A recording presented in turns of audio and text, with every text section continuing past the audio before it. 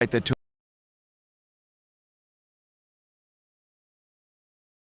Big 12 Today with Ari and James. Monday through Friday, 8 to 11 a Eastern Time. Your home Unique for all things New Big York. 12. And away we go on a Monday. Happiness is a choice. Thank you for choosing us, along with James Westling. I'm Ari Temkin. On this Modelo Monday, James is wearing his lavender today. Must be a coincidence. Hashtag new beginnings. Looks like Kansas State is the first to strike blood when it comes to looking for a new coach in college basketball. K-State will be the first in the clubhouse of what will potentially be many. We'll see how long it takes for the rest of these universities who want to look for a new basketball coach to find a new coach. Is it official with Jerome Tang, James? I mean, it's very official. Kansas State Athletic Director Gene Taylor held a press conference last night to make the announcement that Kansas State will have a new change in leadership for their men's basketball program. They'll have Matt Driscoll, who will be the interim coach the rest of the season, which for Kansas State has about 3 weeks left. And it was pretty clear. I called the K-State Houston game on Saturday for Peacock and NBC and talked to Jerome Tang for about 30 or 45 minutes at the end of shoot-around. It was the longest conversation that I've ever been a part of with Coach Tang, and it was pretty clear that he didn't see this coming. He made a lot of comments about getting this thing turned around, but at shoot-around, man, there was no emotion. It felt really flat, no eye contact from the players, and there was just a disconnect between this basketball team, and I can't speak for the last two that didn't make the NCAA tournament prior to this year, but there was a disconnect with this basketball team and this coaching staff, and the future is now for K-State basketball. Kellis Robinett of the Wichita Eagle Kansas City Star will join us coming up in about 15 minutes. We're now to break down his thoughts on this huge news in the Big 12. Of course, what a huge weekend it was of Big 12 basketball.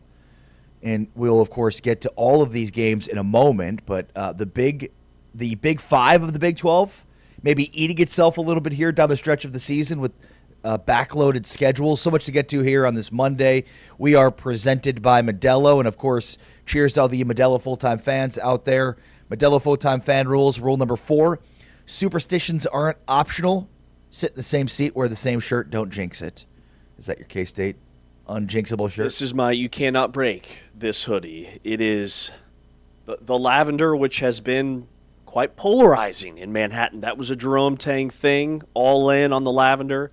We'll see what the new coaching staff. Interesting little side note. Did you see that Jerome Tang stripped the players' jerseys, names off of their jerseys for that Houston game on Saturday? It was all about team, and K-State played really hard, but now they'll be playing hard for a new coach. Yeah. All right, we'll get into chess versus checkers in Texas Tech, Arizona. Plus, in our continuing series, we're taking a look at the top 5 newcomers at the defensive back position. Did you do safeties and DBs? I did. I saw defensive backs. Didn't say cornerbacks. Didn't say safeties. We are really just not on the same page here. We got to get each other. What did you do? Defensive backs. After you did this whole, you raised a whole stink about defensive line, not defensive ends, just defensive lines. Well, it says defensive backs, which is the defensive backfield. So what? Did you only do corners? Yes, I only did corners. Okay. We'll do safeties. We'll do defensive ends. We'll do their own. Here's the good news. I only have one safety on my list. Oh, interesting. The other 4 are corners. I bet you we only have one that's the same on our list. Only one. Wouldn't surprise me. This was very difficult to put together. Yeah. There are not a lot of great newcomers at the defensive back position. There really aren't. And there's, that's kind of a red flag for me for next year because there are a lot of high-level defensive backs that are either out of eligibility and will be playing in the NFL or have transferred out. I mean, Iowa State's entire secondary is gone.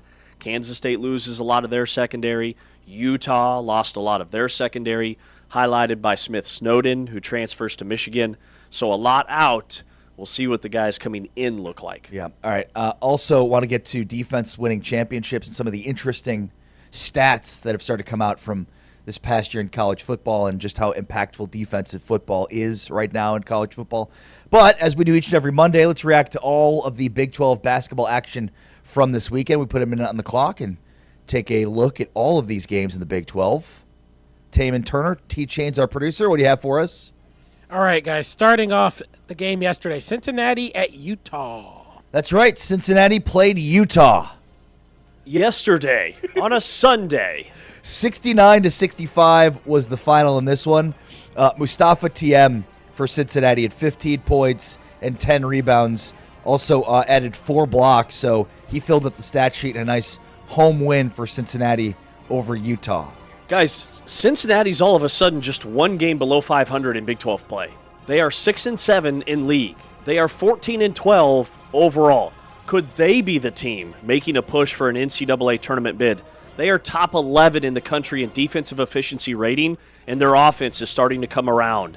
They are 51st, number 51 in KenPom. That's one spot higher than UCF. They're higher than Oklahoma, higher than Missouri, higher than LSU, higher than West Virginia. You see where I'm headed? Yeah. Cincinnati with Jizzle James and his emergence offensively starting to come around. Yeah, and Day Thomas had a big one in this one. So you're right. It's sort of interesting. At 14-12, they're at 6-7 in Big 12 play, and we've had Brian Thornton talking about how no team in the history of the Big 12 has been left out at 500 or better. So we'll see. All right, next one, guys, a non-conference game, Louisville at Baylor. Yeah, Baylor falls to Louisville at Dickies Arena in Fort Worth. It felt like any time Baylor would make a run here, Louisville would shut the door, but Baylor did not shoot the ball well at all. They went 2 of 22 from 3 and shot 37% from the floor in this one in Fort Worth. They did hit 25 of 30 free throws. That's what kept them in this game.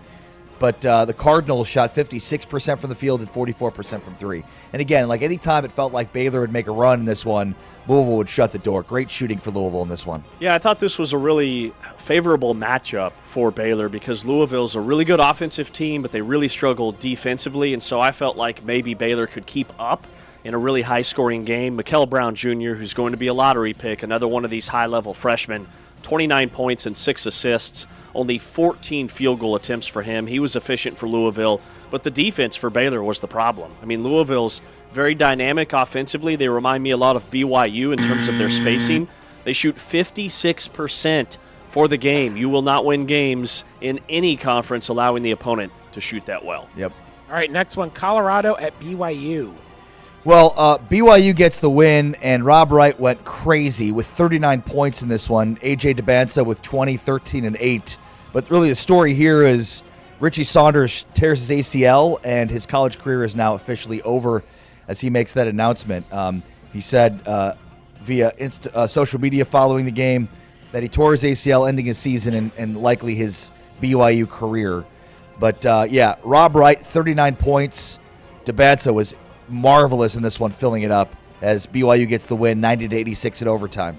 Man, just a devastating situation for BYU, but even more so for Richie Saunders, who could have entered the NBA draft last year and would have been probably a mid-second round pick. He comes back to school and tears his ACL just 45 seconds into this game. He will only be about 4 or 5 months into his rehab at the NBA draft this upcoming summer. So what does this do to his draft stock? That's what I have my eye on. But if there's one guy that can bounce back from that type of injury, who just plays relentless effort on both ends, it's Richie Saunders, so I wish him the best. All right, James knows this game well. Kansas State at Houston.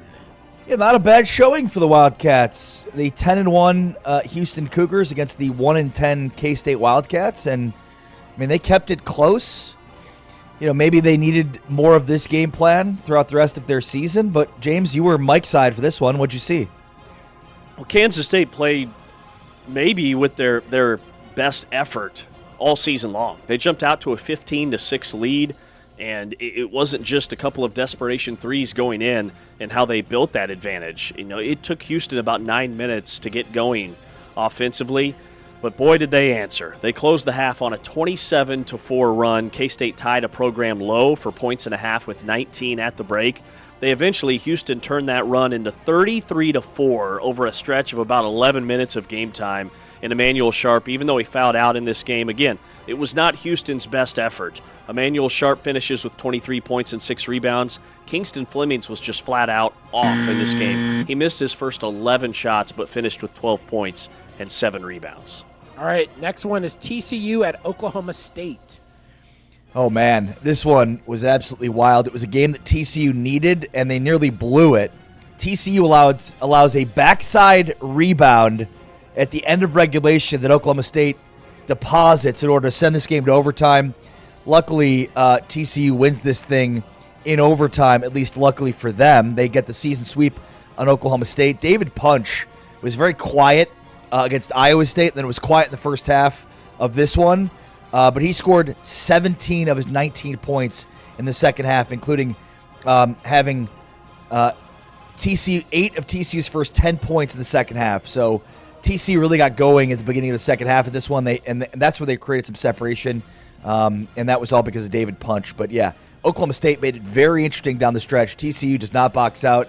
Oklahoma State puts the ball in to send the game to overtime, and then TCU wins this thing in overtime. Yeah, it felt like an NCAA tournament bubble watch elimination game, and Oklahoma State takes the L. TCU with the win, now part of the last four in Joe Lunardi's bracketology, and because Oklahoma State is still in the top 75 of the NCAA net rankings, this is a quad one win for TCU because it was a true road environment. They now have 5 quad one wins, way more than anybody else being considered for the NCAA tournament. Just a massive win for TCU. And they scored the first 7 of the first 9 points in overtime after, to your point, blowing it in regulation to give Oklahoma State a chance. Great job by Jamie Dixon to kind of settle the troops and get them locked in for that extra session. West Virginia at UCF. West Virginia at UCF. This one, West Virginia gets the win. Impressive win for West Virginia. They improved to 7-5. Meanwhile, UCF, who a week or so ago looked like a lock for the NCAA tournament, they lose at home to West Virginia here. Big win for the Mountaineers. Honor Huff with 21 points. West Virginia shot 43% from the floor, but was +6 on the glass and had 13 offensive rebounds. That was a huge piece to this game. West Virginia was down 14 points in the second half of this one, and somehow they were able to come back, built on their physicality and the glass. Yeah, 14 points in the second half at home. You've got to close that out. West Virginia ended the game on an 8-0 run to finally grab the lead with about 2.5 minutes to go, and then Honor Huff hit a critical 3 with 59 seconds left to push their lead, what was 4-7. That was really the dagger. Massive win for the Mountaineers. All of a sudden, they have an NCAA tournament resume at 16-9 and 7-5 in league, 2 games above 500. I don't see how the committee would leave them out if the tournament started today. That's a quality quad one road win for West Virginia. Texas Tech at Arizona. Oh, going with this one before the Kansas-Iowa State game, I see. Okay, this one, Texas Tech wins in overtime, 78-75. Arizona averages 45 points in the paint. Tech and Arizona were equal in this game at points in the paint with 26. JT Toppin was special in this one. I think he inserted himself in the Player of the Year discussion. And I thought the difference here was JT Toppin and Tech being +21 from 3, James. That's a huge difference. And with Arizona's lack of three-point shooting, when teams hang with them on the glass, it's problematic. And Arizona only out-rebounded Texas Tech by 2. The physicality, and with Luke Bamboye back in the lineup and Mosley, all of a sudden you have 2 extra bodies to come in, set screens, rebound, and foul. And that frees up JT Toppin to be even more efficient. His 16th double-double this season. He had 8 points in overtime after it was the Texas Tech guards that really stole the show in regulation to get that thing into the overtime session. Texas Tech held Arizona to 39% shooting.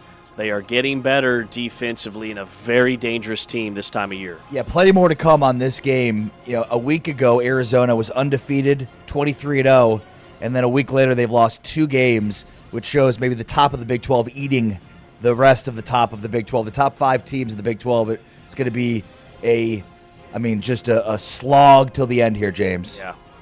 All right, final one, guys. Kansas at Iowa State. Yeah, you can see this one coming, at least from my vantage point. Kansas had won 8 straight.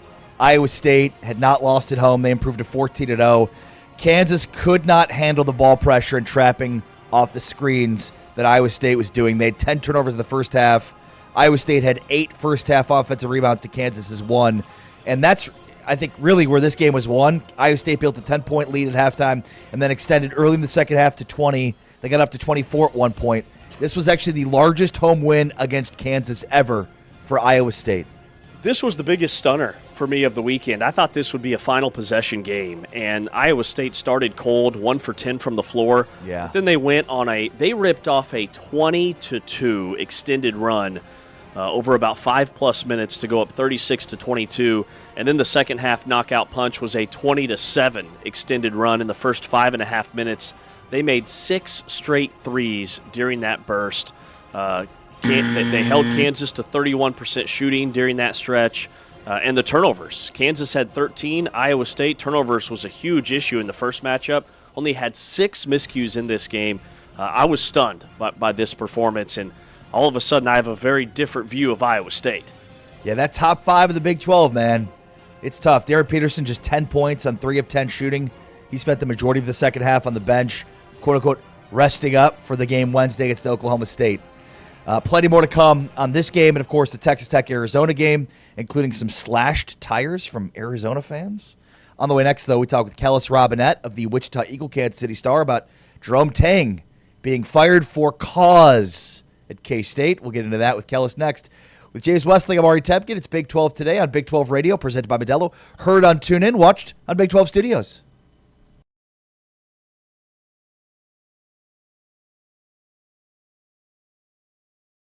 Circle. Arizona wearing the home red, the road white for the Sun Devils. She would like to see. Nice skip pass inside to Elliott, up and in. That was a really nice cut. We call that a flex cut. Yeah, that's correct, Cindy. She came over to the bench, walked around after receiving some medical attention from their athletic training staff, was struggling a little bit, looked to be in pain, so she went to the locker room. 3 minutes to go here in the third quarter. Brackens goes baseline against Trammell. That was a beautiful shot. Jaya Levette is done. Sugapong ties the game at 57. Basketball. 14 of 14 at the free throw line today. She's got 19 points. And this is the last timeout. Brackens has it. Brackens, midi is pure. 3.3 seconds on the clock. And Cornfield brings it up the floor. It's good if it goes, it does not. We have a tie game, but Gabby Elliott is on the floor. And inside to Carrera, outside to Elliott. 3 on the way is wet. Arizona needs possession of the basketball in a worst way. Down low to Brackens, and that might do it. Brackens now with 22. And that will do it as Arizona State gets the victory and sweeps the season series against the Wildcats for the first time since 2018.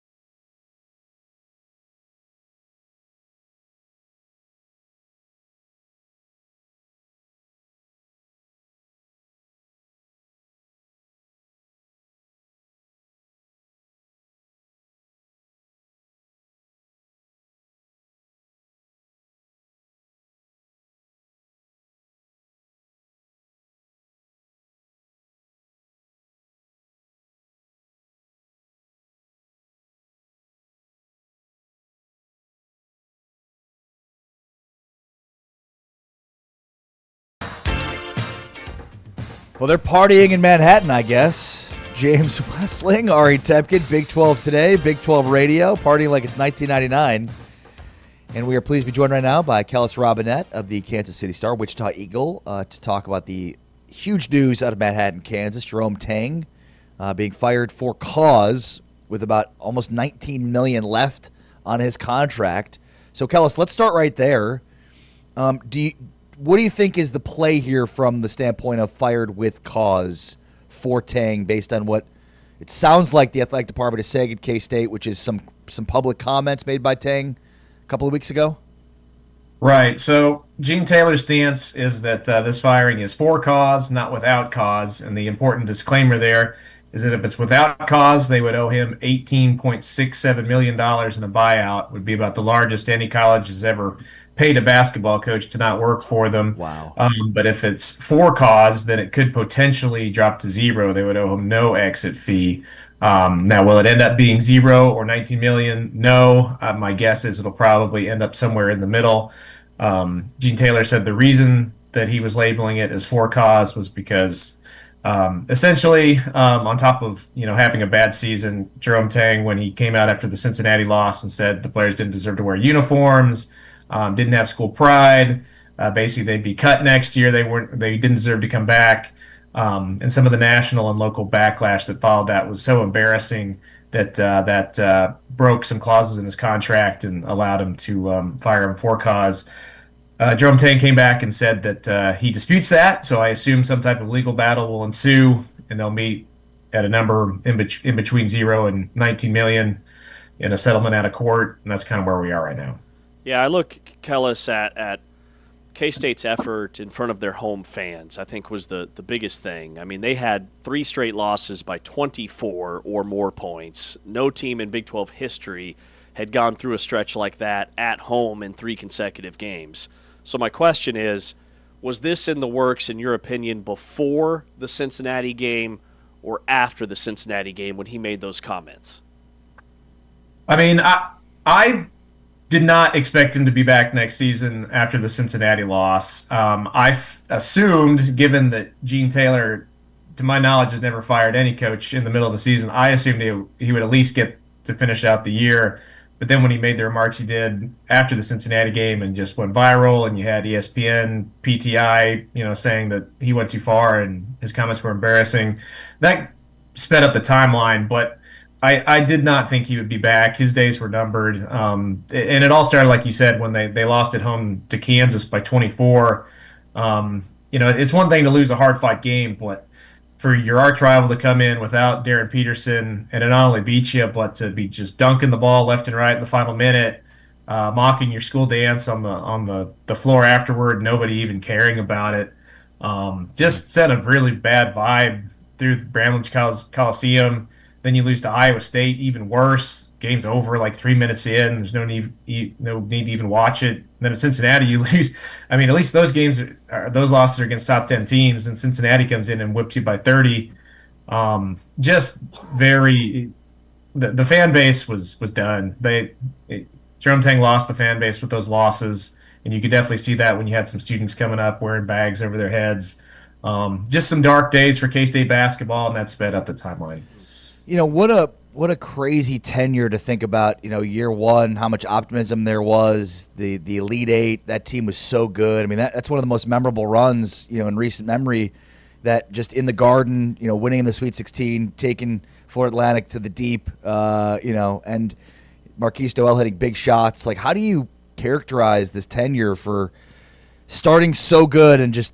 It just kept getting worse and worse. It felt like.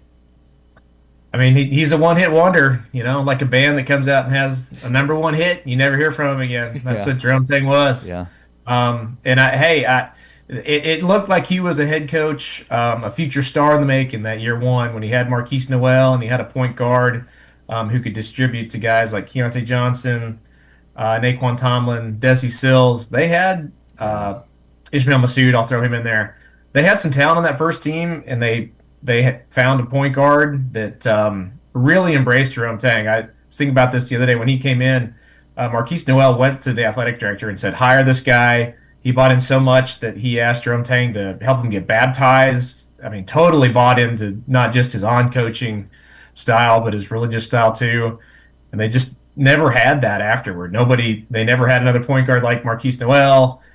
They just brought in heavy transfers and mercenaries after that. Nobody bought into a system the way that first group did, and the results just got worse every year. And you just never could settle on a system. One year it was we're going to bring in transfers. The next year it's gonna we're going to pay the most money and bring in a good class. And then this last year they went with a bunch of guys from Europe, and none of the systems worked out like that year one. And I mean, it's surprising. I think everybody really loved the hire after that first season. After two seasons, I think people were pretty happy with the results. But the last two have been the opposite.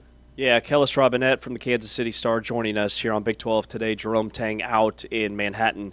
He had some post-game comments on radio and the Cincinnati stuff after that game that were kind of conflicting, because Jerome Tang is a guy who talked about how much he loved Kansas State and had incredible emotion and passion for the university, but then at the same time telling the fans that you don't really owe them anything, you don't owe them an explanation. That's just very contradictory to me. So what's your take on his relationship with K-State?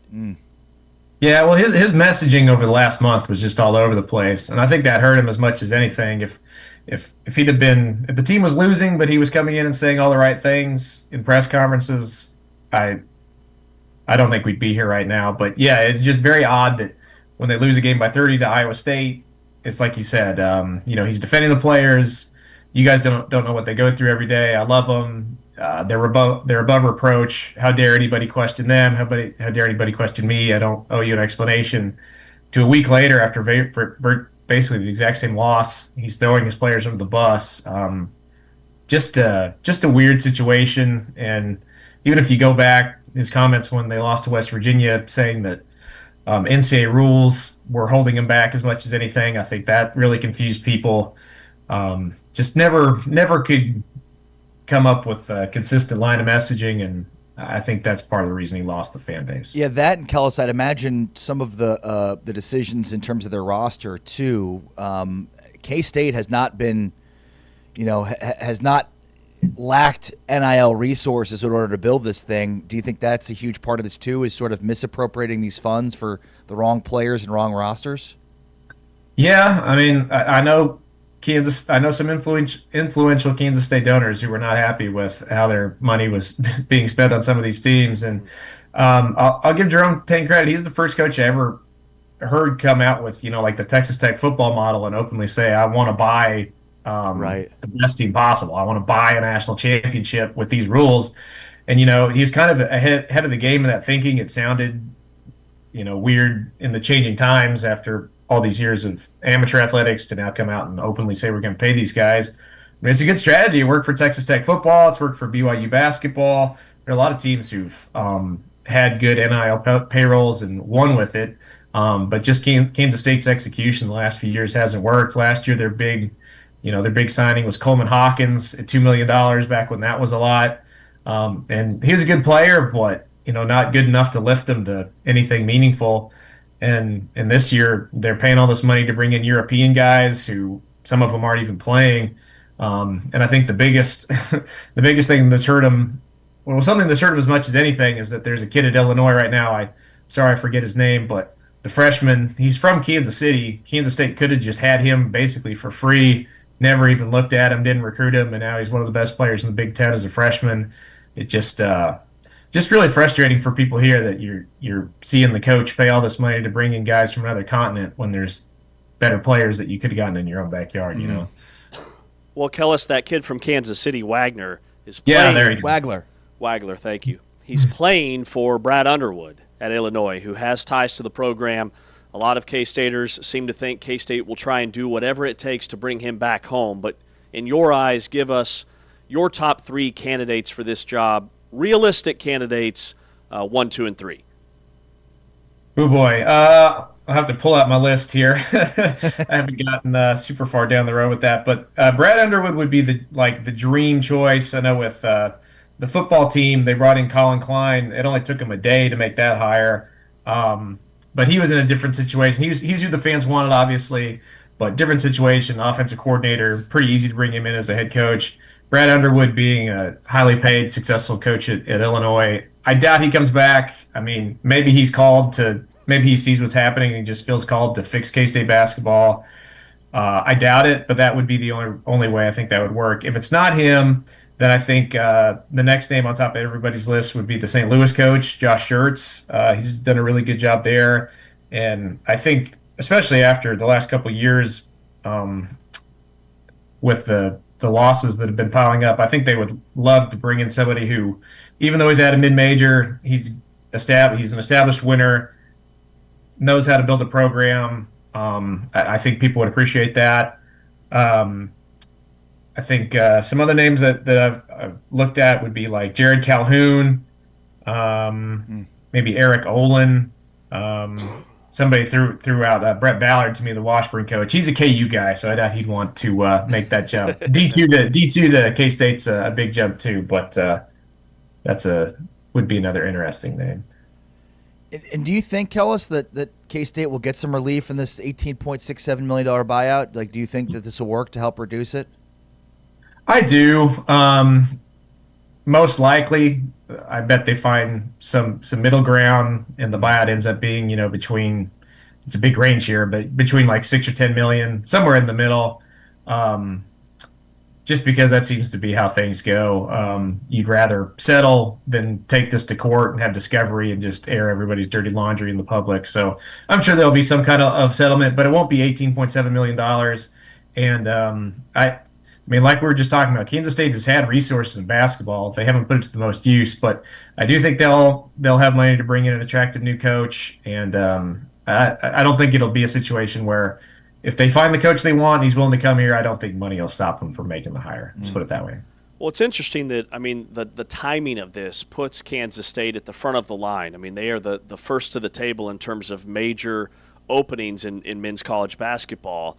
So does the search essentially start now? I mean, I know that these guys are coaching at other places, but can Kansas State really hone in on their guy immediately if they want?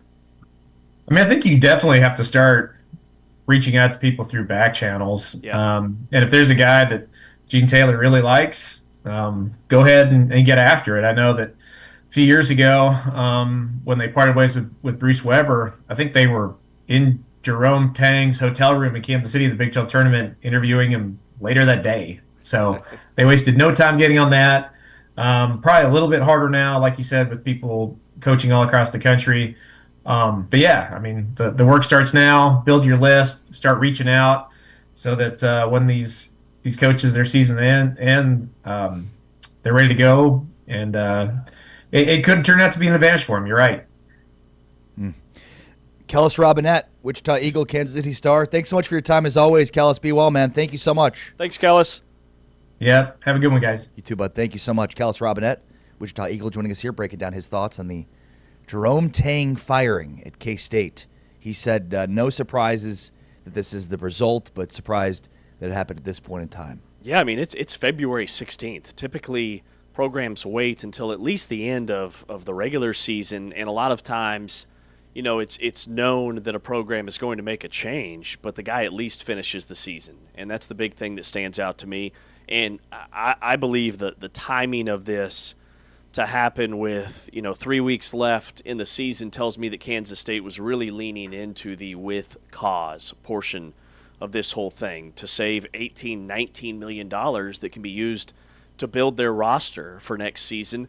But the dynamic with that, it's twofold, the timing of it, because number one, it opens up the job right away. They can start talking to coaches immediately, like Kellis said, through back channels. But because of the fact that K-State's fighting this buyout, does that bring hesitation for other coaches that may be interested in this opening? Because, hey, if things don't go well for me, are they going to look for a way to not pay me my buyout down the road? So there's kind of two sides of the spectrum when it comes to that situation. Yeah, and look, I mean, when you owe $18.67 million and you need to get out of this deal, you're going to try to do whatever you can to possibly do it. Mm-hmm. So we'll see how much Jerome Tang wants to fight it, and of course, we'll see how long K-State wants to drag it out in public. On the way next, it's Big Monday tonight, and we got a big one for you. It's Houston and Iowa State. And, of course, it's part of the game of the week right here on TuneIn. You can hear our next guest, John Walters, with the call tonight at 8 o'clock Central, 9 o'clock Eastern Time on our Big 12 game of the week on TuneIn. John Walters, voice of Iowa State, joins us next. Iowa State, huge win Saturday against Kansas. Now they welcome Houston on Big Monday. John Walters is next. This is Big 12 Today, Big 12 Radio, presented by Modelo. Heard on TuneIn, watched on Big 12 Studios.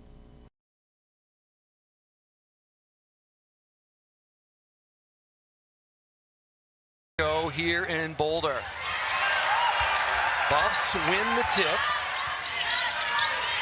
Now they go inside. Massagallo, this is a terrific matchup here. Strong move, patient on the inside, and the first bucket of the game. Another offensive rebound for Colorado. Hudgens with a deflection. Wooten the first to it.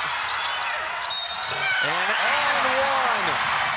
I would say, again, when these teams are not shooting well, you have a lot of opportunity to hit the boards. And right now, CU is crushing it. 20 boards to BYU's 7.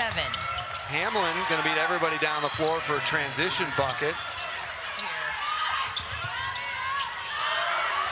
Betson from the outside. How about all 3 of those for the Buffs? Able to get it in. 15 on the shot clock. Rocco underneath once more. Not too far underneath the basket, it looked like. Wooten out in transition. Up with a hoop and the harm. Rebound to BYU. Gibb going to go down the lane and a nice finish high off the glass.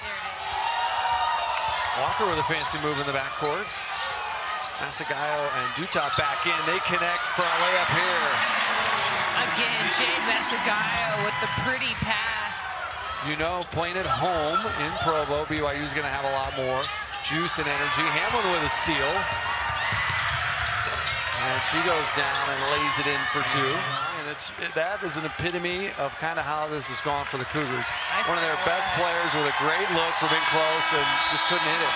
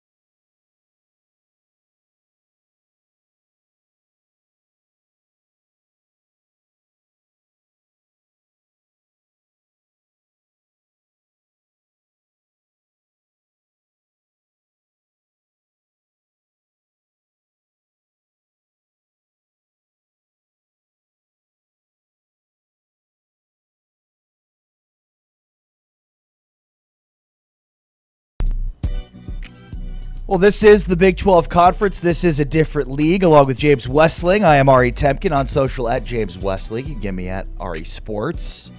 And the top of the Big 12 is eating itself, perhaps. But Iowa State was eating on Saturday at home. Gets their biggest win ever at home against Kansas. And now they welcome in Houston for Big Monday. And joining us now to talk about Saturday's game and preview tonight's game is John Walters, the voice of the Iowa State Cyclones. John, how are you?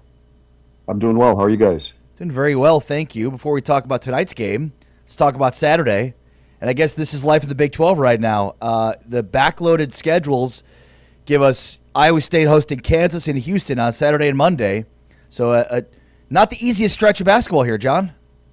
No, I'm having a really hard time thinking that this was a coincidence, that all these Big 12 powers are facing each other in the final couple of weeks of the season. And I do think it's great. I think one thing it allowed was for those programs that are, I think, clearly the best 5 or 6 in the league this year to kind of lift themselves up in the early portion of the schedule and get a lot of wins and have great resumes. So when they do face each other and beat the heck out of each other, it doesn't hurt them as much. But at the same time, boy, these matchups are getting down the stretch. I think it's just what the Big 12 wanted, and it really puts a great spotlight on the league. And these games are incredible.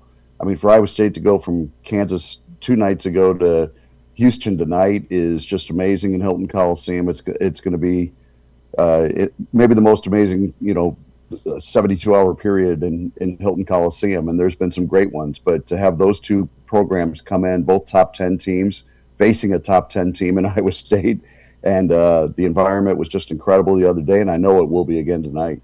Yeah, there's been 852 games played at Hilton Coliseum all time over the last 55 years. This is the first time ever that there's been back-to-back top 10 opponents playing in Ames, which is incredible. Against a top 10 Iowa State team. And that's amazing. That is amazing. Yeah, back-to-back top 10 games, you're saying. Yeah, that's incredible. And it's a great place to do it. I mean, if you're going to have an environment for that kind of a setting, you can't do much better than Hilton Coliseum. So I think the league will be on full display here tonight, and people will really enjoy the entertainment value of this game. Yeah. All right, so Saturday's game, Iowa State just did such a good job defensively in the first half against Kansas. They built the 10-point lead, and then, John, the extending into the 20-point lead in the early part of the second half, Kansas just didn't know what hit them. What do you think was the difference here? Was it just defense and three-point shooting?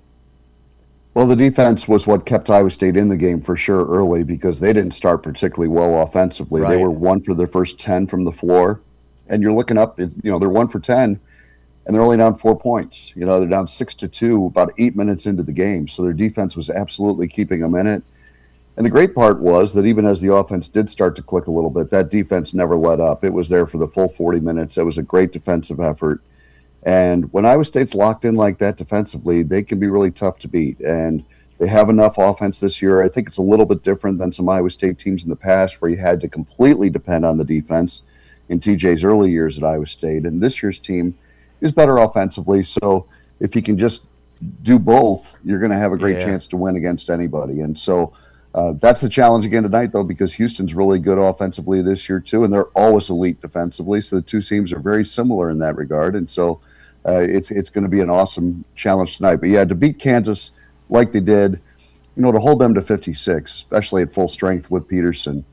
I think Connecticut was the only other school that held Kansas to 56 this year. Every other game they've been way higher than that in scoring, and so it was an elite job defensively for 40 minutes by Iowa State. John, what's the difference between what you've seen? I mean, Iowa State's still been really good on the road this year, but that's where their losses have occurred. So what's the difference between the road showings and the home showings in terms of the X's and O's? Is it just the shots aren't falling as much, or is it turnovers or defensive breakdowns? What would you identify? A little bit of all, but the turnovers have been especially costly in the 3 road losses. And I would just say this, you're not going to be at your peak every single day. I think that's the the problem in this league. If you're not at your peak or pretty close to it, you're going to get beat, especially on the road, because there's so many good teams in the league.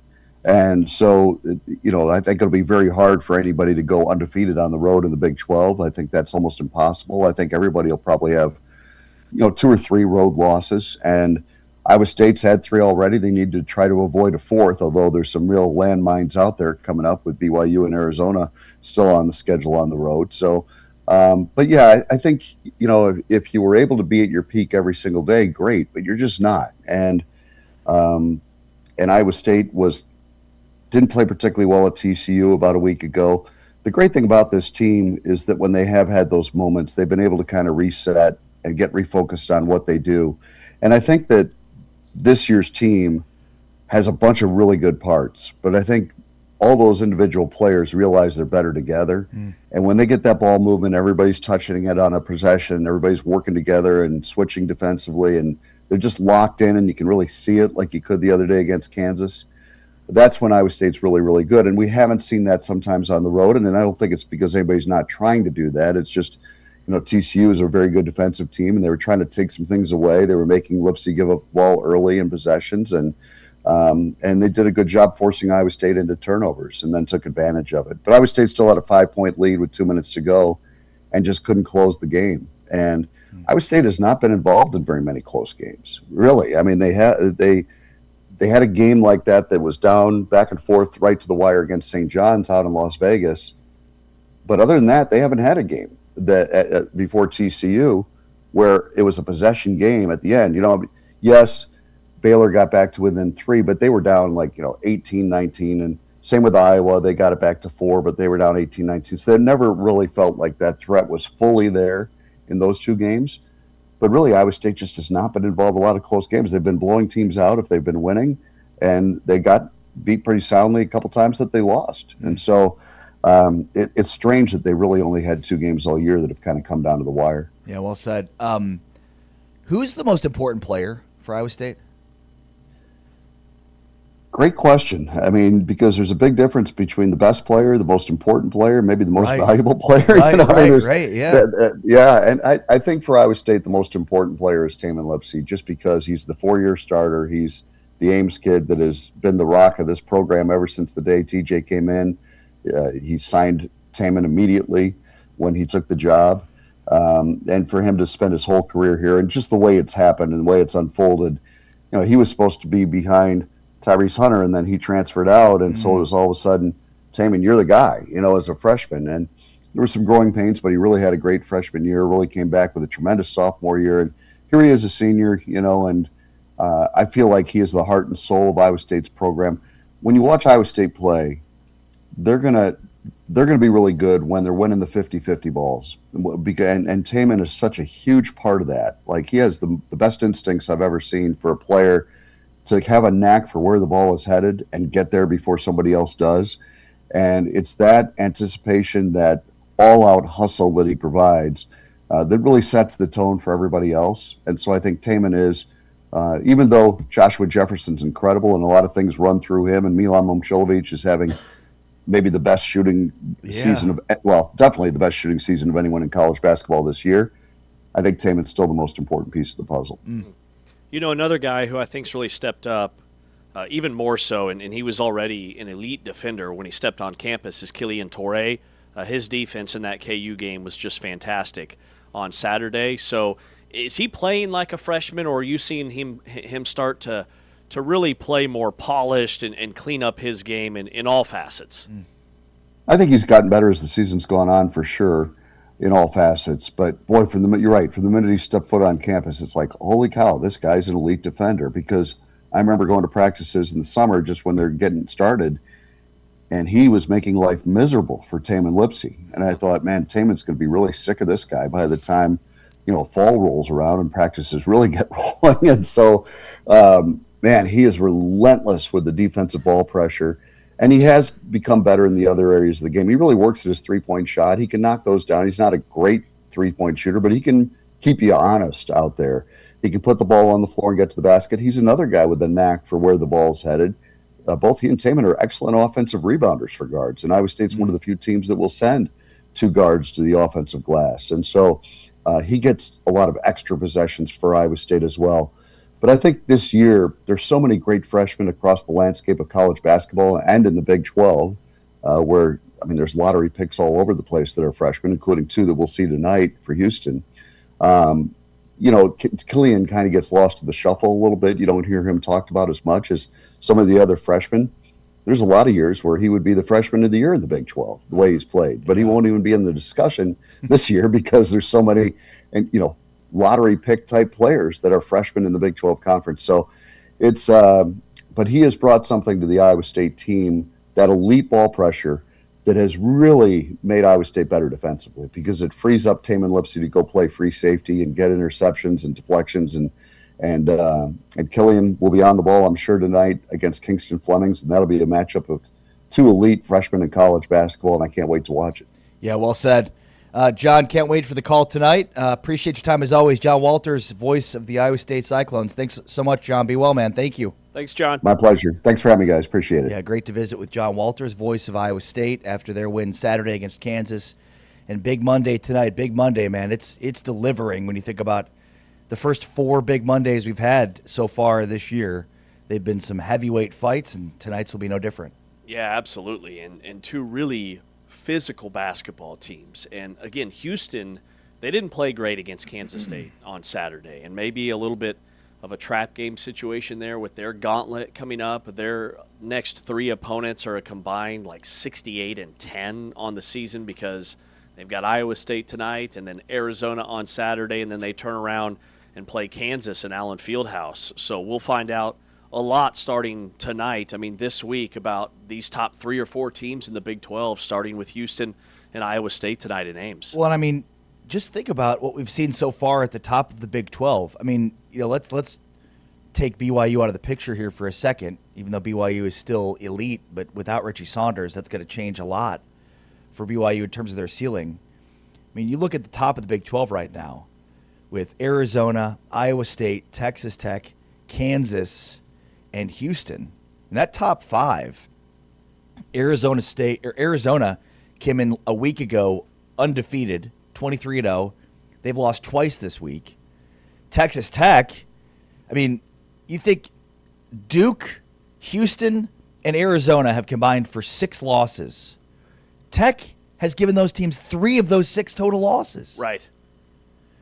Kansas with wins over Tech, at Tech, and Arizona. Houston laying in the weeds a little bit here.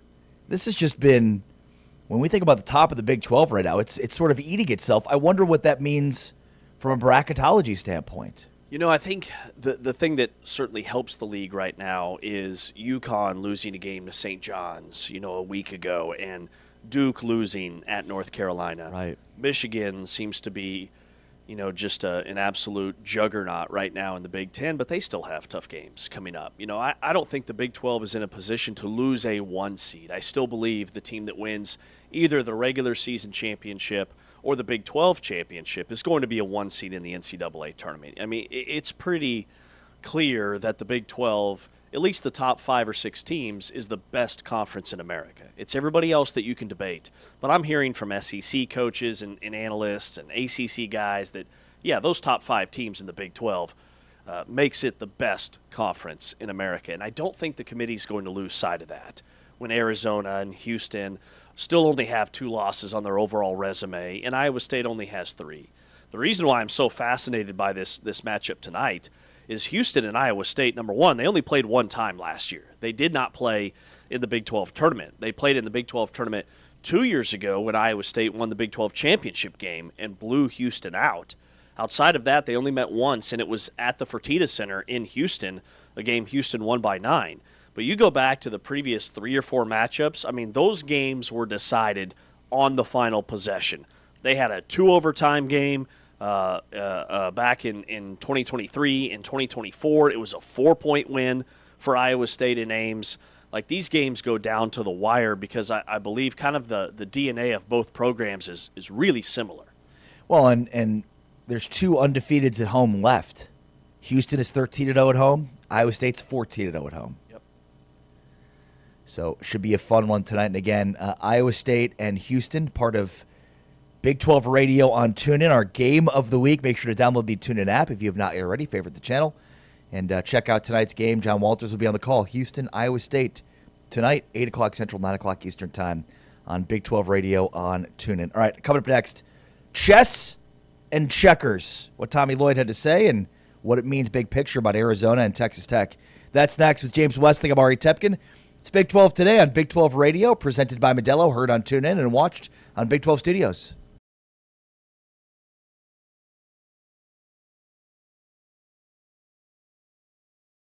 In the country, Oklahoma State for a large part of the season has been one of the highest scoring teams in the country. We'll see.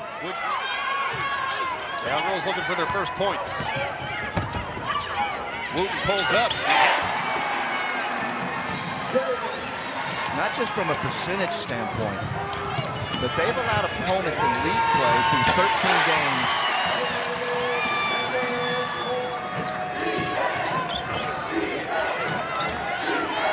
Long two-point jumper on the way, and it falls for Sarah Sonogo. That broke a 2-for-11 streak for the Red Raiders.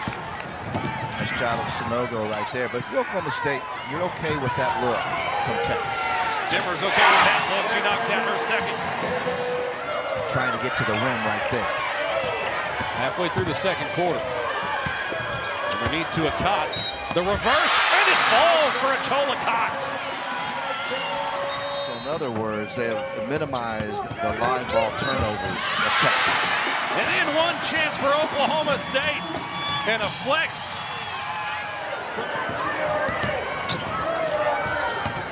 5 to shoot for Hurd in the lane. No, that's a tough look for Staley Hurd. Yeah, this, as physical as this game has been, they've found a very nice balance of letting the teams play. There's a foul, and then one chance for Maupin. The Cowgirls needed a big win at home against a ranked opponent and a quad one victory, and they got it here. A 10-point win against the Texas Tech Lady Raiders.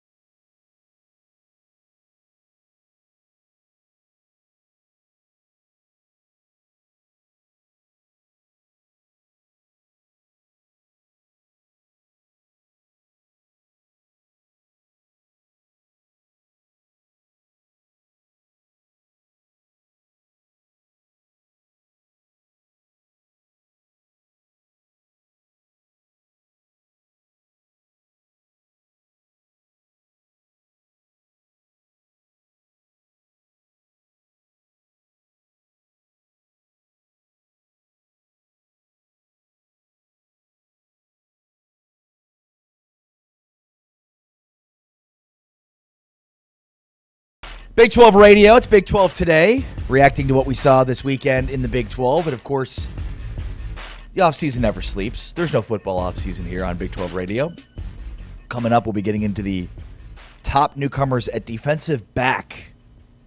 Top 5 defensive backs in the Big 12, which will be a very interesting list. Along with James Wesley, I am Ari Tepkin. This is Big 12 Today on Big 12 Radio.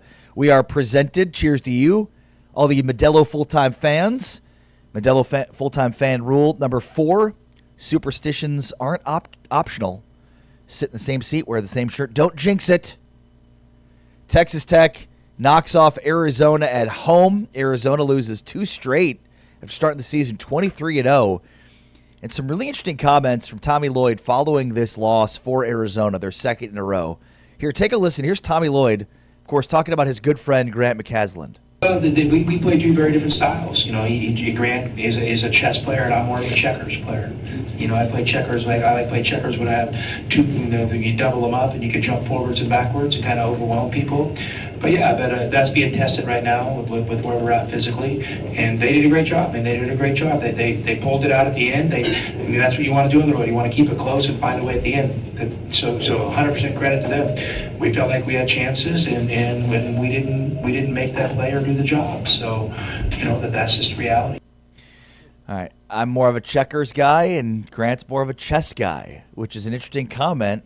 How did you read that comment? Yeah, I read it more as we're talking about 2 very different coaching styles in terms of how these guys have built their roster, right? Arizona is more old school, more physical. We're going to dominate the paint. We're going to destroy you on the glass, but we're not a great shooting team. Meanwhile, Texas Tech is very much a finesse team. At least that's kind of their identity. I believe Texas Tech is more physical than they get credit for. Oh, sure. And I believe Arizona is a better shooting team than they get credit for. But I think just in terms of their DNA, you know, Texas Tech leans more, we're gonna beat you with spacing and inside-out basketball, and we are really good at relocating when the ball goes into the post, and it leads to a lot of open threes.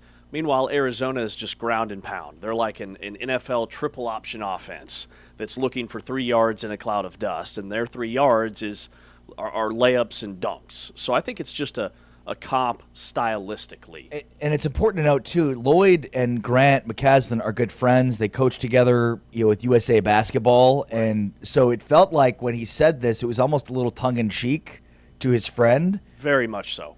But it's also interesting because, I mean, McCasland is so matchup-oriented, right? We've talked a lot about what his team and coaching staff does on the sidelines during games, whereas Lloyd is more of a traditional coach in that style. And then, Lloyd mentions there, we're more of like a checkers, king me, and bully you, whereas Tech is more finesse. But in this game, Arizona's +2 in the rebounding margin, which you take if you're Texas Tech. Yes. The points in the paint were even at 26. Arizona averages 45 points in the paint per game.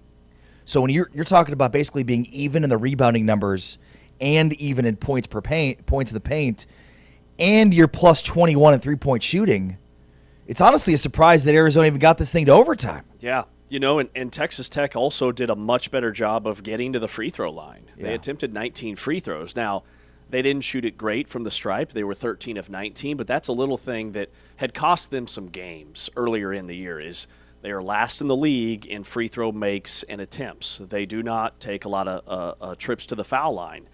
But this game, to get there 19 times said a lot about their physicality. And then Luke Bamboye, he only played 13 minutes in this game, but he had 3 rebounds, he had a steal, he had a block, he fouled out of the game, which I don't think is a bad thing for your big coming off the bench, because all 5 of those fouls, you are checking your opponent and kind of imposing your physicality. So I didn't think that was a bad thing. And then Leon Horner played 26 minutes. They are really high on him as being kind of a reserve for Texas Tech. So this game also said a lot about Texas Tech's maybe a little bit deeper than we thought now that they're getting healthy. This, to me, was not a bad loss for Arizona. Even though on paper You're losing to the 16th ranked team in the nation. You're supposed to be the best team in America. It's on your home floor. I see why on paper it looks like an upset. But to me, it says more about Texas Tech and how dangerous they are. And to your point about the coaching differences stylistically, like Grant McCaslin is surgical in the way that he defines and identifies matchups. He was mad at Christian Anderson at the end of regulation because he had a big that switched off of a screen on him, and Anderson took him to the foul line, and McCaslin saying, why do you take him there when you've got the quickness and you can get off a clean look from the perimeter without even having to absorb any contact, which he did. He kind of got walled up, and the shot fell well short. Those are the little things that make Texas Tech special. Yeah, great point. It's also interesting is when you look at the latest college basketball analytics, the three-point attempt rate versus three-point percentage in conference play only, this via the college basketball subreddit, James. And, this is one of those where you want to be in the top right portion of the graph. That would be a high volume, high percentage. Arizona is bottom left, which is the last place you want to be. It's low volume, low percentage. I guess high volume, low percentage would be worse. But, Texas Tech and Arizona are basically opposite ends of the spectrum here. And that should be of no surprise to anybody. Obviously, Texas Tech shoots a high volume of threes. They hit a high percentage of them. Arizona does not. How translatable is that style? Because we just heard in the comments there from Tommy Lloyd that, we're a little maybe physically banged up a bit, and that's hurting them. When you look at Arizona, I'm more concerned about the percentage than I am the three-point rate. Yeah, good point. But it is interesting that nobody in America is attempting less threes in league play in terms of percentage of possessions than Arizona. So they've gone from, we don't take a lot of threes to we don't take any threes.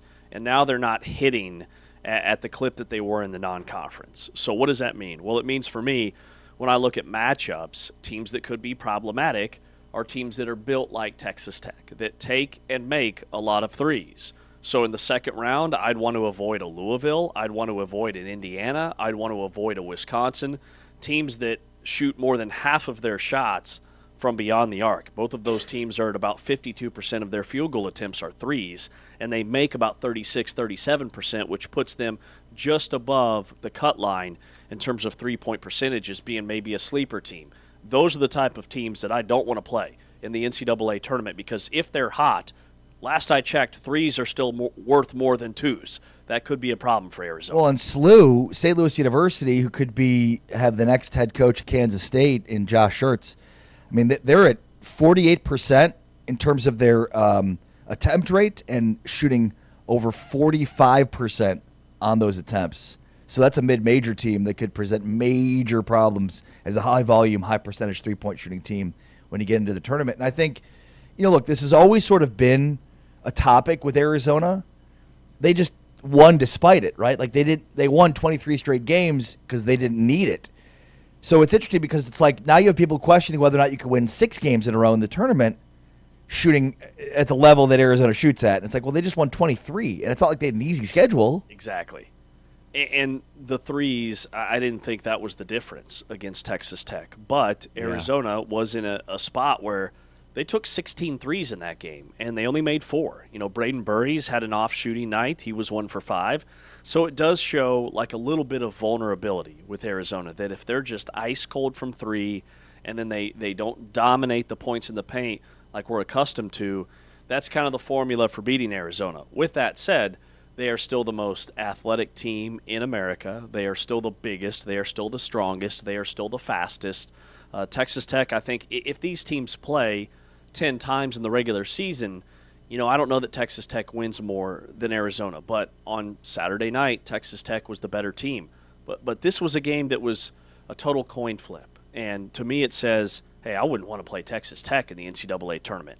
They're probably a 3 seed right now with that win, and they are going to be incredibly dangerous.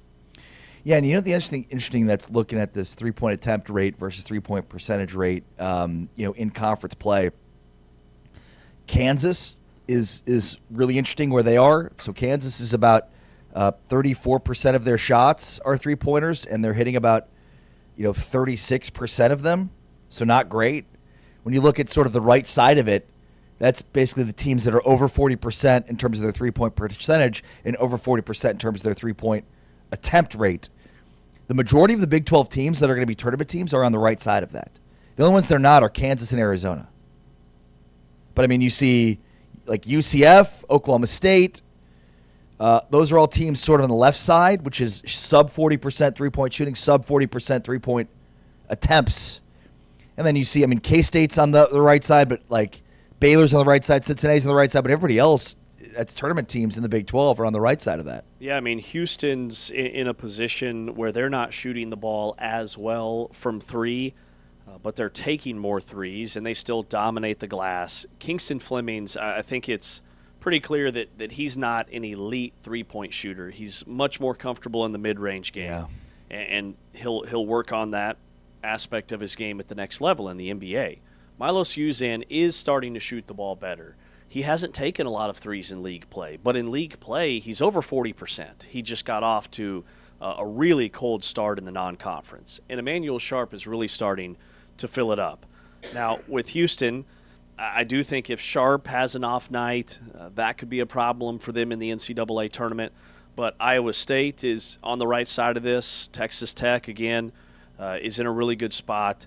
But I still think the way Houston and Arizona play in the NCAA tournament, for the most part, most games, they let you play. The NCAA, they don't want these games decided at the free throw line. They don't want these games decided with a star fouling out with 10 minutes to play. So typically you see, albeit there can be some inconsistencies with the officiating, but for the most part across the board, they let these guys get after it. And it's clean basketball. And I love the physicality of those two teams, and I think that they shoot the ball well enough to still be super dangerous. Yeah, and it's interesting, too, because we talk about Texas Tech in the context of finesse and three-point shooting, but here's what Tommy Lloyd said following this loss for Arizona about Texas Tech. In Texas Tech, they do a great job of that. I mean, they're a really physical team. They teach you well, and, that's fine. I mean, I think it always, the first time you play them, is kind of eye-opening for your guys. And in the second half, I thought we did a better job dealing with it. But we like I said, we just didn't close it out those last few minutes of the game.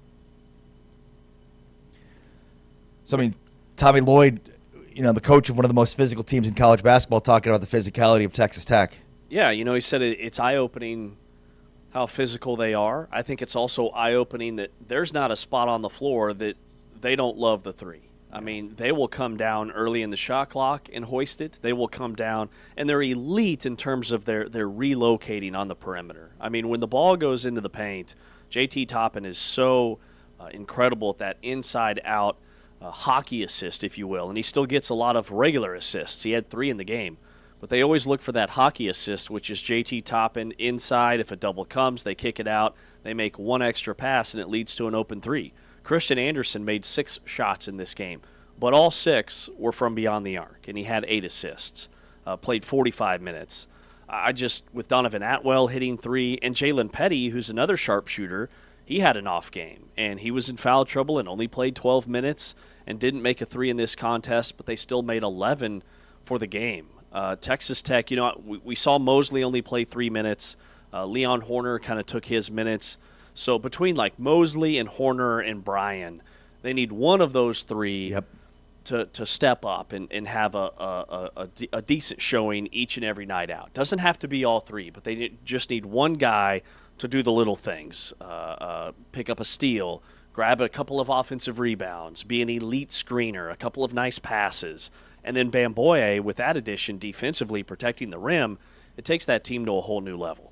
We'll get into this in a moment as we take a deep dive into bracketology, but don't look now. Here's Texas Tech, and they've got at Arizona State tomorrow, then K-State on Saturday, Cincinnati, both of those games at home, K-State, Cincinnati at home.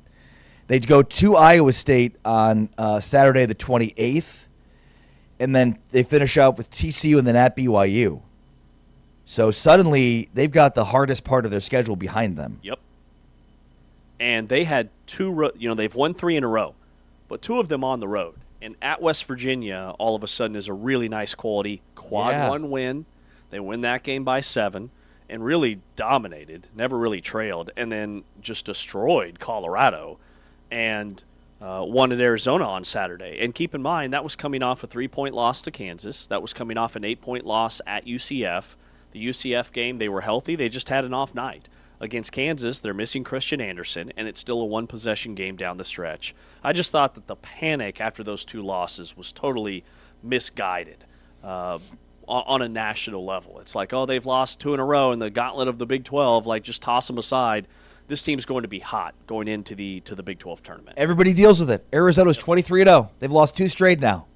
Like, this is the way it is at the top of the food chain of the Big 12, and we'll see what it means from a seeding perspective. But, you think about if you're a 1 or a 2 seed and you see Texas Tech on that 4 line,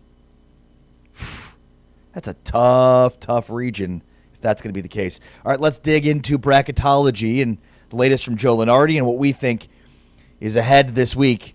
This is Big 12 Today, presented by Modelo, heard on TuneIn, watched on Big 12 Studios.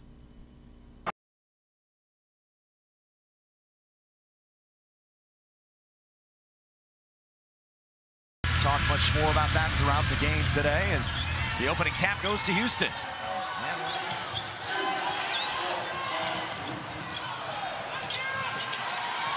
The scrum underway. Finally, Nichols comes away with it, 2-on-1, and why not get it to Jalea Davis for the lay-in? And if you're really cooking, you're getting 28. I mean, that's so impressive, especially from a freshman. Elle Evans knocks down her first 3. That high tempo pressure that the Cougars are trying to apply because she can attack the paint so well. Thought Peguero was going to wait for the shot clock. Instead, rises, fires, and hits. And that wasn't a trickle in, that was a raindrop in. That thing hit the rim and bounced above the square and dropped right back in. Drive and kick, Wyatt Canessa drains the 3. Copeland looking inside, always looking that first option down low, and Davis got it. The basketball there, 2 defenders, and a foul. Copeland on the drive. Gets it to Canessa. Elle Evans, top of the circle 3. Williams tracks down the second chance. Inside to Davis, 3 pink jerseys, and the and 1. Nichols on the bounce, trying to go one-on-one with Pitts. Steps through in the lane and hits. The basketball and see the court is certainly one of those. Canessa on the drive. Meister, the rebound, and follow. A win is a win. Every win counts. Every win matters right now. So props to the Jayhawks. They came out and played really, really tough.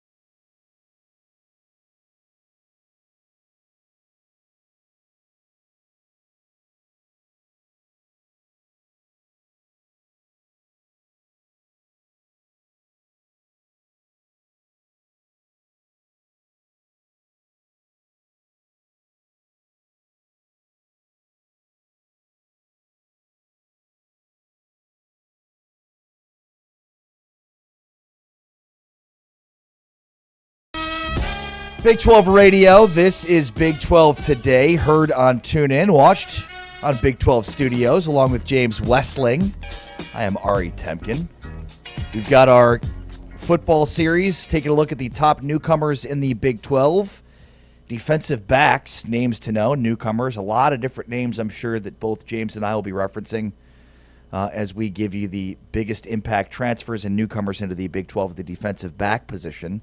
Also, we're visiting with Norm Roberts, our good friend and great analyst of college basketball, former Kansas head coach, former Kansas assistant coach, former St. John's head coach, joins us coming up in about 15 minutes from now. But James, after this weekend, let's take a look at the latest in bracketology from Joey Brackets. Basically, as of Friday, TCU was one of the last four out. Correct. But after their win over Oklahoma State, they sweep Oklahoma State. They get the win on the road. That's their fifth quad one win now.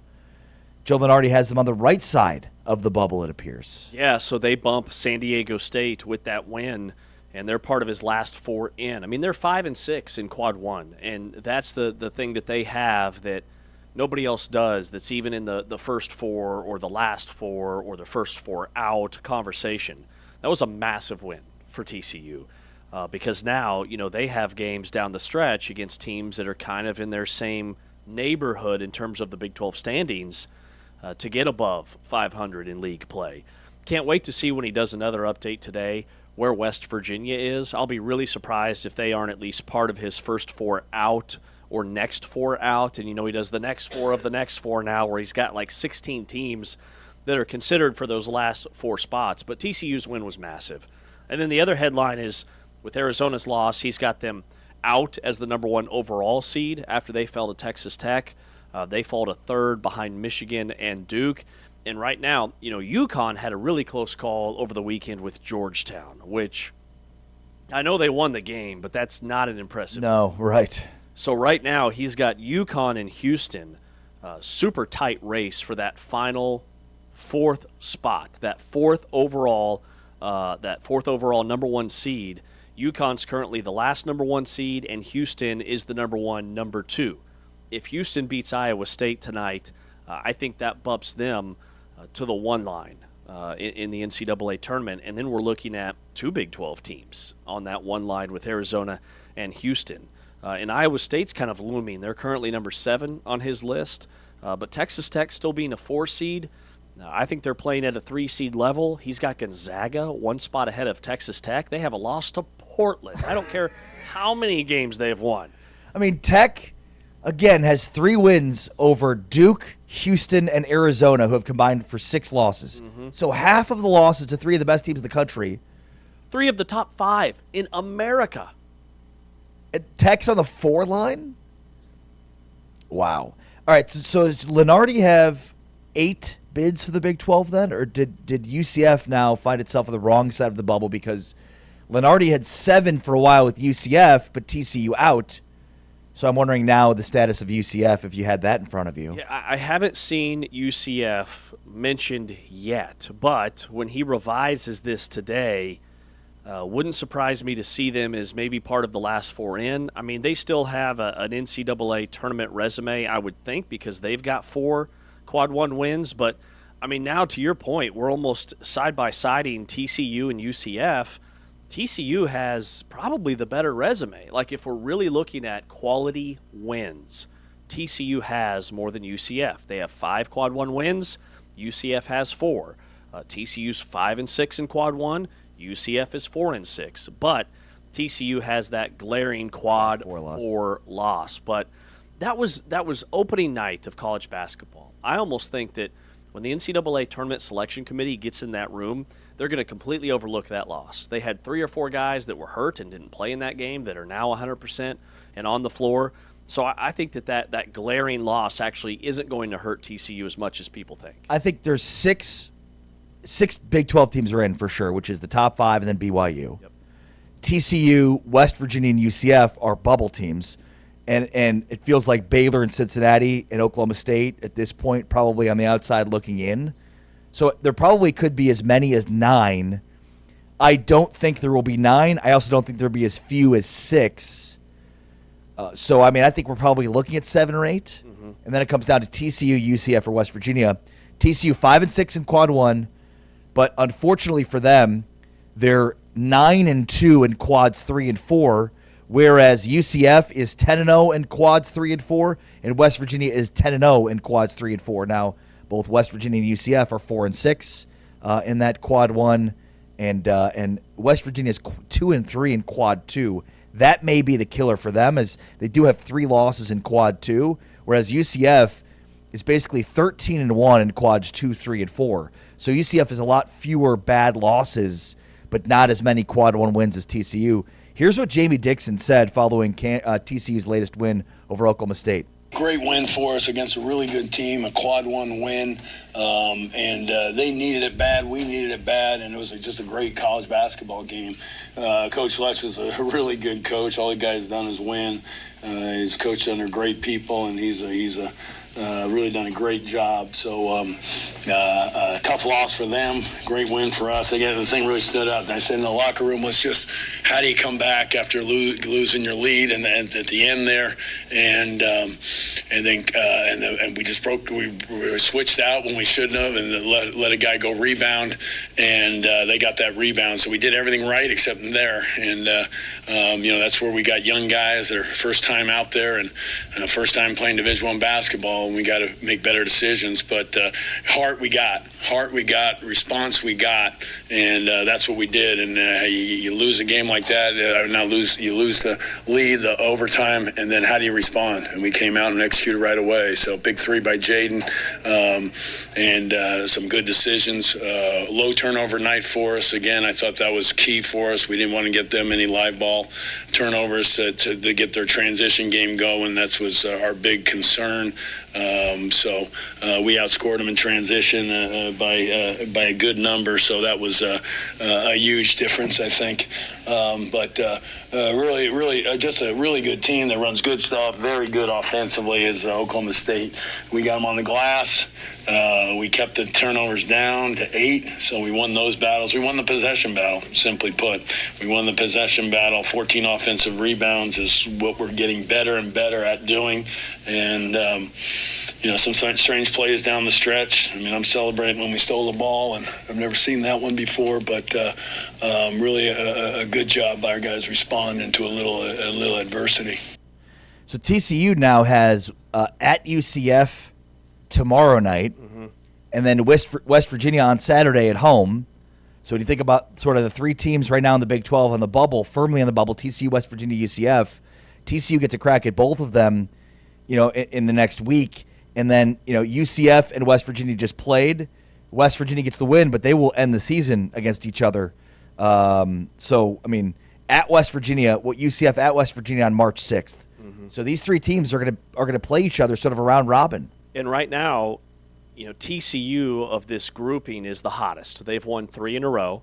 They are 5-2 in their last 7 games.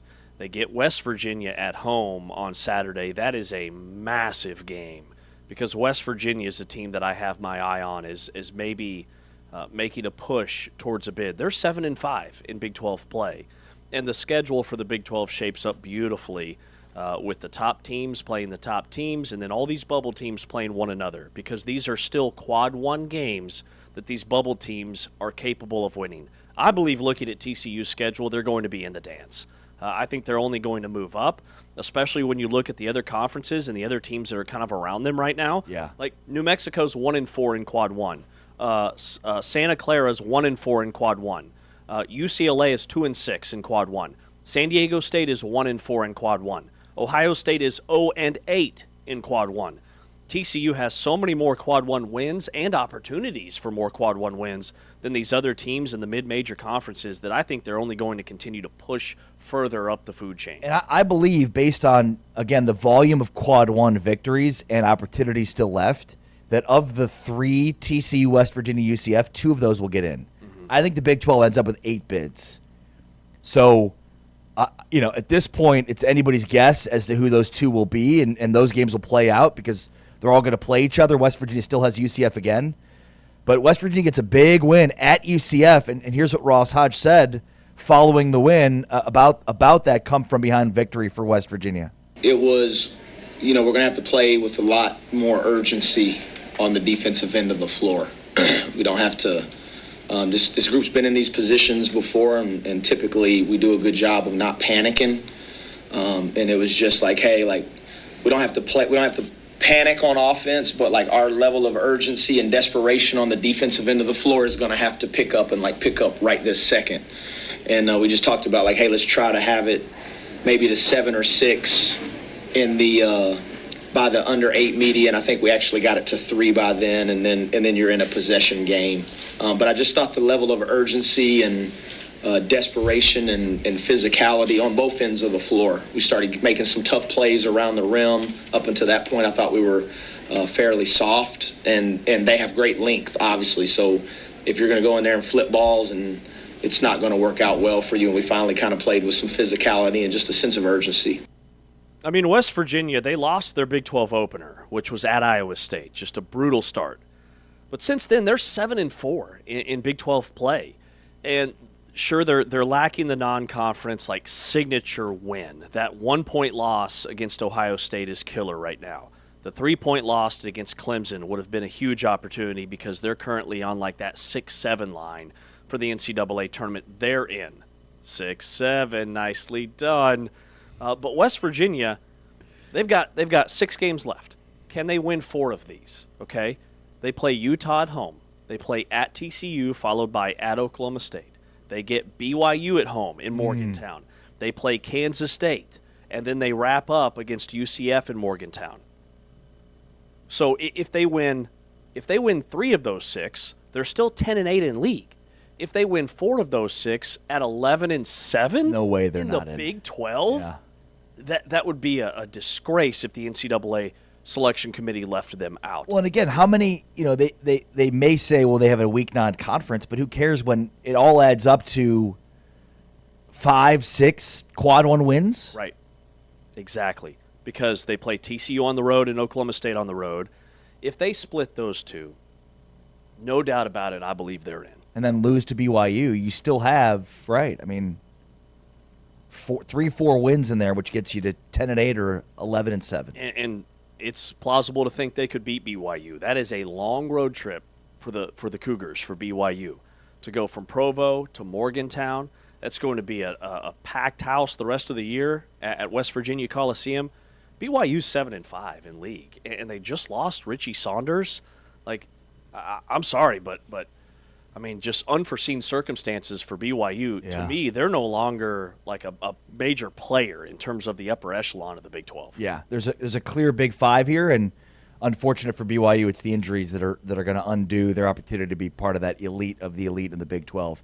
James Westling, Ari Tepkin, Big 12 Today, Big 12 Radio. Norm Roberts, the former Kansas assistant coach, former St. John's head coach, joins us next. Break down his thoughts on this weekend, plus preview Houston, Iowa State tonight and the rest of the games this week. With James, I'm Ari. It's Big 12 Today, Big 12 Radio, presented by Modelo. Heard on TuneIn, watched on Big 12 Studios.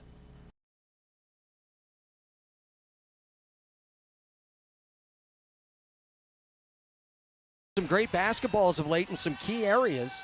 Now trying to string together 40 good minutes. The starting lineup here for Utah, Coach. And the Utes, as you mentioned, a player like Reese Ross could really give them a spark. Utah punches first. Here tonight, the battle against Utah. The Utes badly in need of a good number of wins to finish out the regular season. Foster, nice finish. And I still believe that will be something that they hopefully can do a better job of corralling a little bit. White, baseline drive. Wilkie, baseline drift. Reese Ross, the oval. Back outside to White. Sneed, a deep catch. Evans, nice seal against the Utes. A lot of ball movement in the half-court set by the Utes time after time. Ross, a post up, turns and scores over. Utah by 16 here late third quarter. Villasy goes to Torrance on the fadeaway. You make the call, I'm good with it. Well, you need to know that in every instance, every team you have, if you don't have that player, you're going to struggle. Utah with just 6 points in this fourth quarter. Evans finds a cutting Ross. Knocked away, got it back in the trees, harassed, and scores it. L.A. Sneed got the start tonight. She has 5 assists to go with her 6 rebounds. Lonnie White has 20 and buries another jumper. Tonight, Utah is going to run it out. And they'll close up the briefcase on a business-like victory over the Cincinnati Bearcats.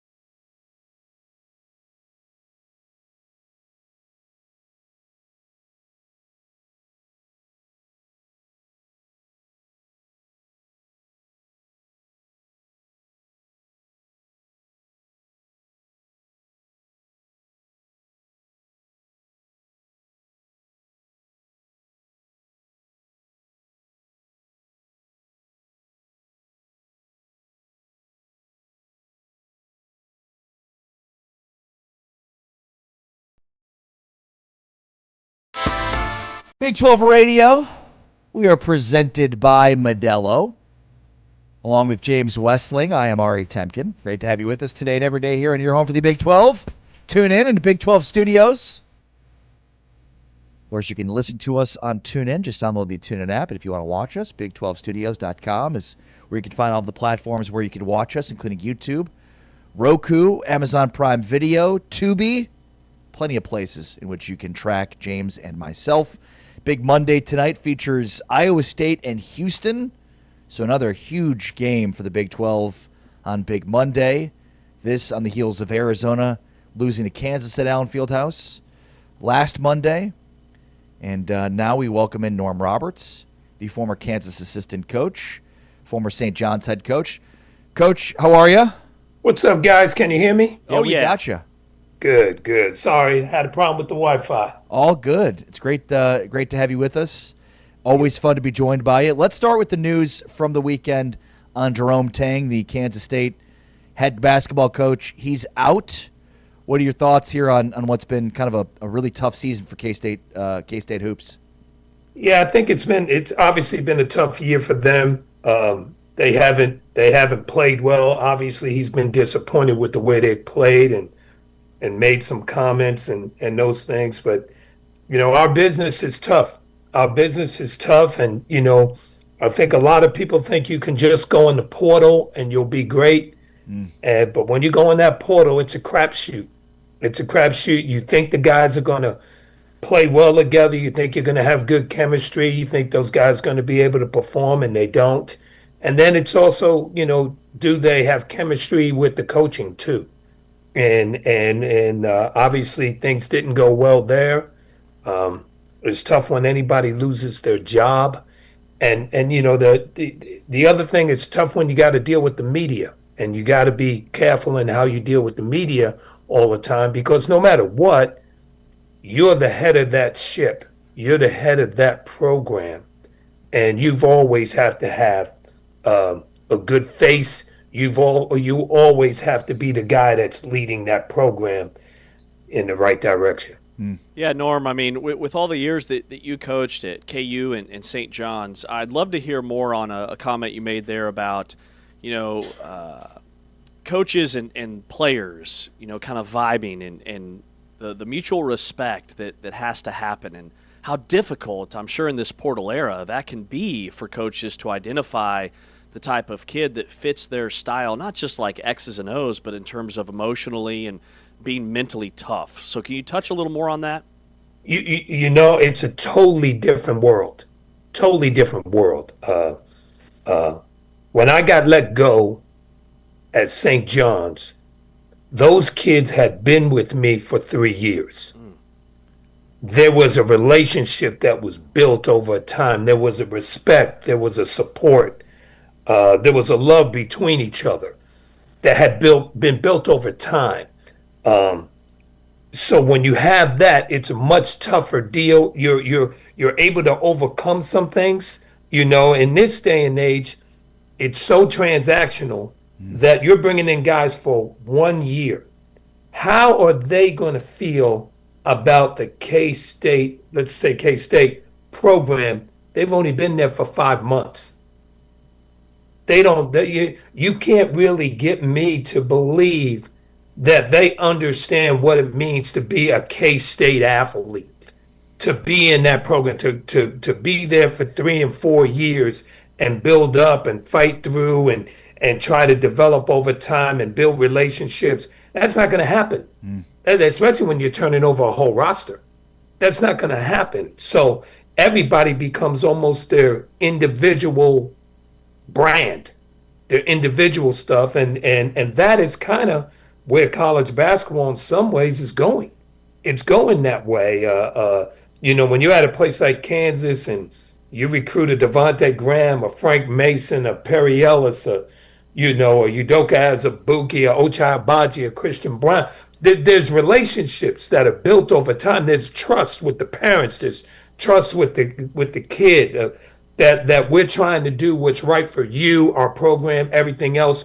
The program's bigger than you. People that have come before you, you're playing for them as well as yourself and your family. All those things are kind of going to the wayside with the way college basketball is right now. Yeah, well said. Great stuff as always. Let's talk about the games from this weekend. How about Arizona? A week ago, Coach, was undefeated. Then they lose at Allen Fieldhouse on Monday and then fall at home to Texas Tech on Saturday. Is that just life at the top of the Big 12 right now? That I was on a show the other day, and that's exactly what I said. Life in the Big 12 now. It's hard. It is extremely hard. You're going to play tough opponents every single time out. If you're a little bit off, you can get beat, be it home or away. You've got to compete at a high level. Now, losing Koa Pete hurts. Yeah. It hurts. He's a very, very good player. Can do so many things, scoring, rebounding, defensively, everything. Losing him for that half really hurt him. The other thing is, let's look at what Texas Tech's done. Texas Tech is really, really coming on right now because, one, they're playing well. Two, they're getting healthy. They're getting healthy at the right time. They're getting guys back like Horner, Mosley. They're getting guys back. Ben, I'm probably going to say his name wrong, Zimbabwe, the shot blocker. They're getting guys back, so now their team is deeper. And I thought in that Arizona game, because Arizona lost the people they lost, Pete, Aristotle didn't play in that game. He was hurt as well. They were really down to 6 guys. And so now I thought they kind of got worn out. They got worn out by Texas Tech because Texas Tech was putting in guys. Give Coach McCaslin a great credit. He did a great job, and they kind of wore him out. And then Atwell made some huge shots from passes from Tech's best players. You got to remember that. That shows the unselfishness of Tech, that Christian Anderson drives it, finds Atwell in the corner, he makes a big three. After Atwell made no shots. And then Topping, throw it to him in the middle off of a screen and roll, short roll, finds Atwell in the corner. Their 2 best players were unselfish. Norm, so with the loss for Arizona, do you see any red flags for Arizona? I mean, we kind of feel like, this was a win-win. This isn't a bad loss for Arizona. If anything, it magnifies how dangerous Tech is, but how do you see it? I think Arizona's fine. I think they got to regroup. I think Krivas is playing at a great level. He's getting better and better. I think they've got to get more, and he's been fantastic all year. Jaden Bradley, the last 2 games, has just been good. He has not been himself because Jaden Bradley, now remember, he's been the closer for Arizona. All year, he's been the closer. And the last 2 games, he hasn't been able to do that. Now, give credit to those teams, Kansas and Texas Tech. But he hasn't been the closer. Burris is playing great. Awaka is playing terrific. Yeah. I think Del Orso needs to start making some shots. I thought he took some ill-advised quick threes, and he's missed some shots. He needs to get back to making shots. But I think Arizona is fine. They got a great team. Yeah, well said. And then, Kansas losing at Iowa State. This has kind of been common here for the Jayhawks and Cyclones to kind of split the home and home. Iowa State now 13-0 at home, or 14-0 at home, I should say. Peterson was held to just 10 points. It felt like Kansas could not handle that ball screen pressure. Coach, what did you see in that game? That was definitely it, the ball screen pressure, which they knew was coming. In that game, if you look at that game and you look at the stats, Iowa State, Kansas, they just flipped. What Kansas did to Iowa State in Allen Fieldhouse with their pressure, their defense, the way they got out in transition, getting on the glass, guys making shots and making plays, and that's up. Iowa State just did that back to them. Yeah. Exactly, back to them. Bateman making threes. Plata played great for them. Their role guys really played well. And that's what happens. Role guys are always going to play better at home. They're always going to play better at home because they're more comfortable at home. And Iowa State's role guys, I thought, played terrific. Defensively, what they did was they kept Kansas out of transition because they hit the glass so hard. Kansas couldn't get clean rebounds and get out and run, so then you didn't see the Melvin Council getting in the lane, attacking, those things, or Peterson getting open threes or open driveways. They made it where Kansas had to go against their defense pretty much every time down against their half-court defense. And they want to push you to the side. They want to keep you on the sidelines. They're going to trap you when you throw it in the post from the low side.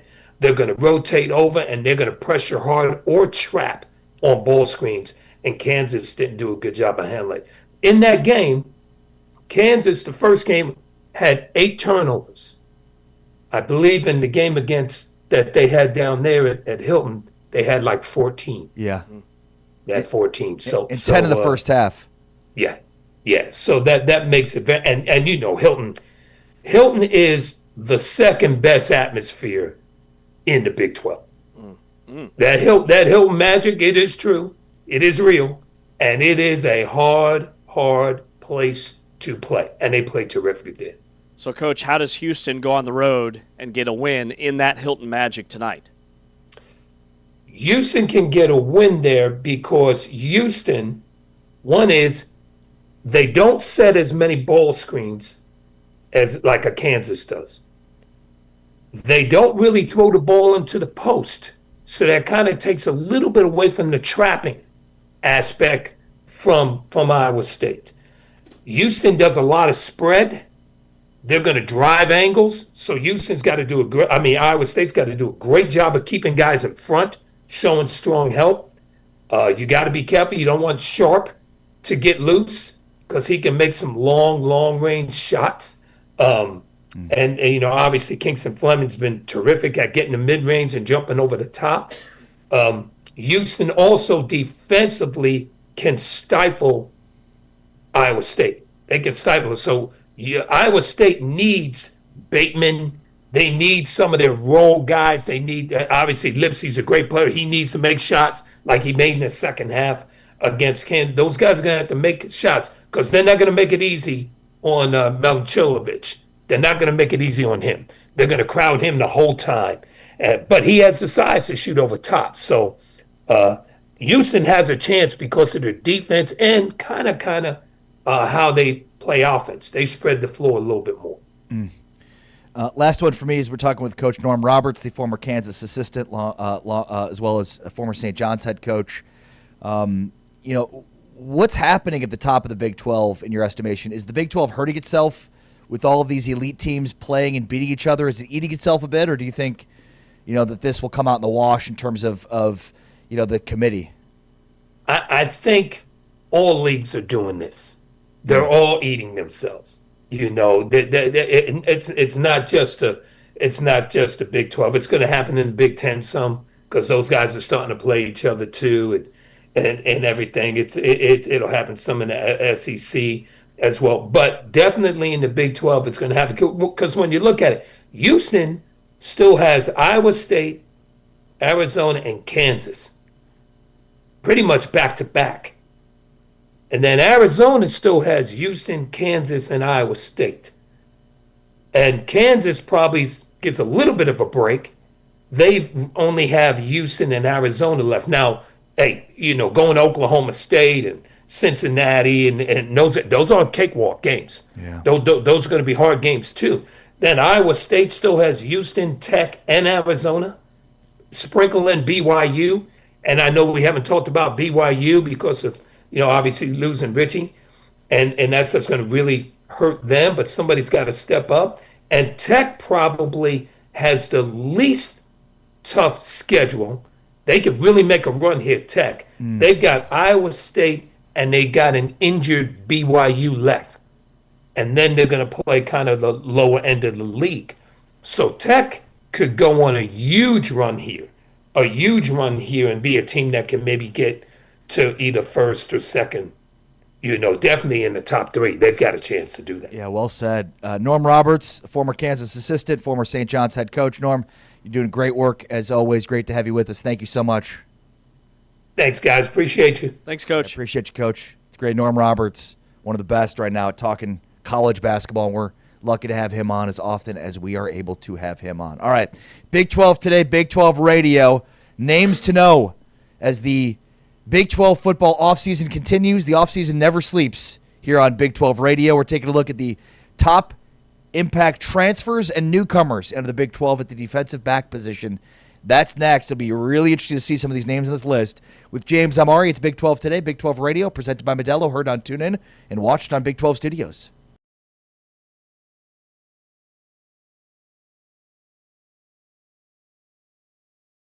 Golden combined with Savannah Scott are going to have to be big inside today. That 17-foot jump shot as well as extending out to the three-point line. As here's to Leah Scott off the curl, catch and fire, bang. The ladies have been strapped, BJ, in terms of the injury bug as Leah Harmon misses her 5th consecutive game. As on the drive, Fauntleroy taking a little bit of action. Gets her 11th three-point connection on the season. Right and the other way. Right the other way, Scott. As soon as that ice hit her, you think about a player like Olivia Miles, right? Doing what she did with a 40-piece on the Bears as Talia Scott once again getting to the free throw line and playing through the contact for the finish. Members here of the Big 12. Fauntleroy driving left. Is Fauntleroy, are you kidding me? Short there on the attempt, and now on the run, Talia Scott, she'll step into a three, and she will hit. As Talia Scott, yes, chef. Possessions and quarters. Yeah, I think you got to take a big picture approach to this bad boy, right? I mean, you got another rim run right there. This time, Kirsten Johnson on the recipient. At the top of the Big 12 standings, the Baylor Bear faithful definitely looking for, goodness gracious, TCU victory. Due to injury, as 6 consecutive game in which Leah Harmon has not played, the lower leg injury, and Samari Bankhead with the triple. Now the final 5 seconds. Coach Collins says that'll do it. And her Lady Bears are going to go back to Waco with their 11th Big 12 victory here of the season.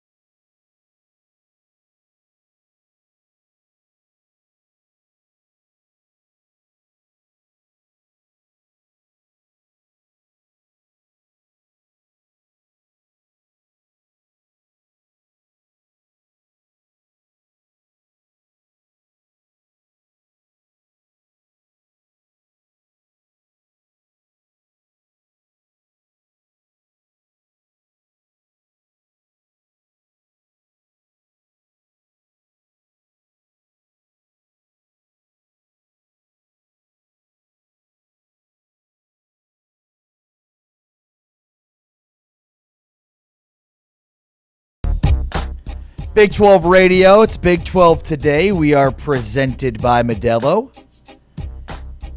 And, of course, this show is brought to you by the Full-Time Fan, because the Full-Time Fan by Modelo knows no off-season, James. And with Modelo's Full-Time Fans, off-season optimism is mandatory. So that is what we are doing here on Big 12 Radio, bringing you the full breakdown for all you full-time fans, brought to you by Modelo, because the full-time fan knows no off-season, and there is no off-season for Big 12 football here on Big 12 Radio. Taking a look today at the top 5 defensive back newcomers in the Big 12.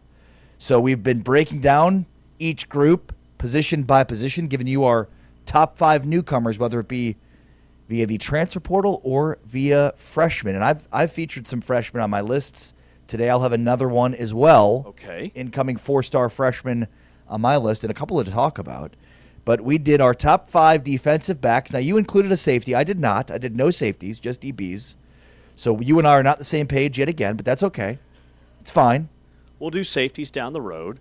We'll also do defensive tackles down the road, and we'll just do a little switcheroo. Mix and match. A little Kansas City shuffle. I only have one safety on my list, but are there any Big 12 schools featured twice in your top 5? Yes. Also yes. Also yes. That's right. All right, let's not waste any time. I believe we'll have one name the same. Okay. Maybe I'm wrong, though. One of the 5. One of the 5 will be the same. All right. This was a very tough list to put together. Yes, it was. So, James, hit me with your top 5. All right, my top 5, starting at number 5, as I take a look at my top 5 most impactful transfers in the defensive backfield. At number 5 is where I have the lone safety, Boo Carter, Orlando Boo Carter, 5'11", 200 pounds, transferring to Colorado from Tennessee. He's originally from Chattanooga. He was a 4-star recruit, Tennessee Mr. Football, and the top athlete in the 2024 recruiting class. Spent 2 years at Tennessee, had 63 tackles, an INT, 3 pass breakups. He has NFL raw athletic ability, and he'll slide in to start in the secondary right away for Colorado. At number 4, and remember, now I've got cornerbacks 1 through 4. At number 4, I've got a guy who was really productive at the FCS level, Jalen Mayo. He was at Stephen F. Austin last year. He transfers to Houston. He played at Virginia Union. Then he transfers to Stephen F. Austin. He had 4 picks last year for SFA. He had nearly 10 pass breakups. He was an FCS All-American and an FCS in the Southland Conference first-team All-League corner. And that's one position that I do think just production travels regardless of level. Number 3 for me, now I go with a guy who wasn't as productive at his last stop, but again, a 5-star kid out of high school, transferring from Oregon to Arizona, Dalen Austin. He is 6'1", 200 pounds, really long-armed. He plays a lot on special teams, was a rotational guy in the Oregon secondary last year, appeared in 13 games, had 5 tackles, a pick, and 3 pass breakups. He had an interception in Oregon's win over Wisconsin, but originally a high 4-star recruit that I think in Arizona's system where they just seem to breed elite defensive back talent, he's a perfect fit for what they do defensively. Number 2 for me, I go to Manhattan, Kansas. Jason Prevard. Wow. All right, we do have more than one on the same as our list. Okay. Did not think you were going to get Prevard, but nice. Oh, yeah, man, I've got him. He's 6'2", 200 pounds, has elite size, originally played at Morgan State where he was an FCS All-American, transferred to Virginia, and was a huge part of their defensive rise this year in the ACC. By the way, you have him too low. Too low at number 2. Okay, he is the highest rated defensive back transfer according to On3's recruiting rankings. 24 tackles, had a TFL, 8 pass breakups, had 3 interceptions this past year. He was top 7 in the ACC in picks. He had a 2-interception game early in the year against Florida State and was an FCS All-American 2 years ago at Morgan State. So, who do I have at number 1? We go back down to Houston. Javion White, the Tulane transfer, 6 foot, 180 pounds, played 2 seasons at Tulane. This past year, he had 50 tackles. He was all AAC. He had 6 pass breakups. He forced a fumble. He had 3 interceptions, and he's been an all-league player back-to-back seasons. He had a 2-interception game in the opener against Northwestern. He's profiled as one of the top safety transfer additions. I guess he's kind of a safety corner hybrid guy, but he's a playmaker with great ball skills and experience to be a plug-and-play starter right away for Willie Fritz. All right, so we have 2 that are the same, so I was off by 1. Okay. But remember, I only did defensive backs, so this will be interesting. So number 5 for me is actually a freshman, and I've got 2 players from Arizona, including Zaire Hyler, the 4-star top 150 guy out of Denton Ryan High School. It's a big-time get for Brent Brennan. When you think about all of the Texas schools that this dude bypassed, Zaire Hyler, 6'3", 180 pounds. So I think he already has the size to compete with a very, very good and deep defensive backfield for Arizona. Remember, Arizona's defensive backfield last year was stellar, and a big reason for why they had 9 wins and had a huge turnaround season. And Zaire Hyler big-time addition for them as a true freshman, top 150 guy out of Denton Ryan High School. The rest for me are transfers, including number 4, Jacob Finley, the Northern Illinois transfer to Cincinnati, who steps in for me at number 4. Finley is entering his last year of eligibility, so in terms of adding experienced players, there are very few that are more experienced than this dude entering Cincinnati. 57 total tackles, 7 PBUs this past season. He was graded at 64.2 overall by PFF. Not great, but 74.5 in 24, and then a 70.3 PFF grade in 2023. So this is a dude that has played a ton, has had some pretty high grades over the last 3 years via Pro Football Focus, 5'11", 184 pounds. He's a playmaker. He's logged 1,800 snaps, so very tested veteran. Number 3 for me is Devin Jordan, the Oklahoma transfer to Baylor. Very productive player on a very good defense. Played in all 13 games last year for Oklahoma during a playoff season. Had 16 tackles, 2 tackles for loss, also had a sack. Played in 12 games in 2024, but wasn't nearly as productive. But he's played in 25 games over the last 2 seasons for Oklahoma. And again, this is a guy that was very productive and played a ton of snaps on a very good defense at OU. So love that for him as an experienced SEC defensive back coming into the Big 12. Number 2 for me, and these two, my top 2 are 2 guys that you had on your list as well. Dalen Austin, the Oregon transfer to Arizona. He appeared in 9 games in 2025. You mentioned it a lot on special teams, but he did rack up 10 total tackles, 3 pass deflections, and an interception. So for a guy that didn't play a ton on defense, to have an interception, to have that many pass breakups, I think says a lot about how effective he was when he did play. And this is a guy that has still a ton of opportunity left. He has 3 seasons of eligibility left after leaving Oregon. And then my number 1 is Jason Prevard, the UVA transfer to Kansas State. Look, I thought you might have Caleb Patterson on your list, who's the Illinois transfer to Kansas State. K-State did very well in their defensive backs in the transfer portal. I just loved Prevard because this is a dude that had 3 interceptions last year, 2 against Florida State. And this is when Florida State was a top 10 team. And he basically won the game with an interception and had a great play earlier in the game where he was blitzing off the edge. He tips the ball away from Castellanos and then has the interception. So I just think his ball skills, his ability to rush the edge, I love what Prevard brings to the table. So I had him number 1 on my list. Yeah, and he's a guy that, because he was so productive early in the season, opposing teams just started going away from him. Exactly. Yeah. So he didn't have maybe the stats the rest of the year that you would think after his start to the season, and it's because, he was an all-ACC guy. Love your list. Love the freshman that you highlighted. Great find with Devin Jordan heading to Baylor. That's going to be a huge help. Joe Klanderman, the new defensive coordinator, likes it. That Kansas State coach Colin Klein, who K-State had like a middle-of-the-pack portal haul, according to 24/7 Composite and On3, really went more defensive heavy. I think the offense is going to lean on Joe Jackson at running back and Avery Johnson at quarterback, and they were a little bit heavy at receiver in the portal. But defensively, they brought in 2 edge rushers that I had in my top 5, and then adding Prevard in the secondary, also making both of our lists. And Houston did a lot of work in the portal as well, especially in the secondary. They brought in 3 guys that were starters last year at their previous stops, albeit at Group of 5 schools. But again, I think production travels at this position. Yeah, and this was an interesting list to put together because there are a lot of guys that, like Cree Thomas is a guy that didn't make either of our lists. It's a Colorado defensive back transfer from Notre Dame. It's a guy that was formerly a 4-star recruit that still has a lot of eligibility left. So Thomas is a guy that I was surprised that didn't make our lists.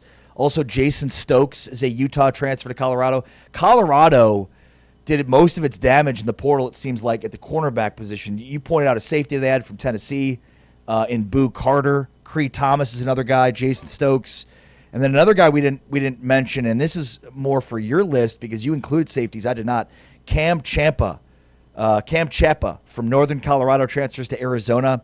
Arizona was so good in their defensive backfield last year, and they, I think, did a really good job in the portal to try to solidify some of those positions that were going to be open based on losses they're going to have at those positions. Yeah, a couple of guys that I just missed on my list was Randon Fortinet, who transfers from Vanderbilt to Colorado. Now, he's kind of listed as a safety / linebacker hybrid. He's real big and strong and physical, kind of built like Jacob Rodriguez.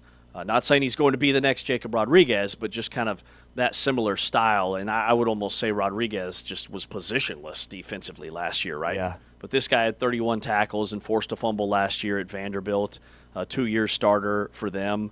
I also highlighted Jalen Duffy, who's a cornerback from North Dakota State and was a starter. He started 12 of 13 games for North Dakota State last year and was all Missouri Valley second team.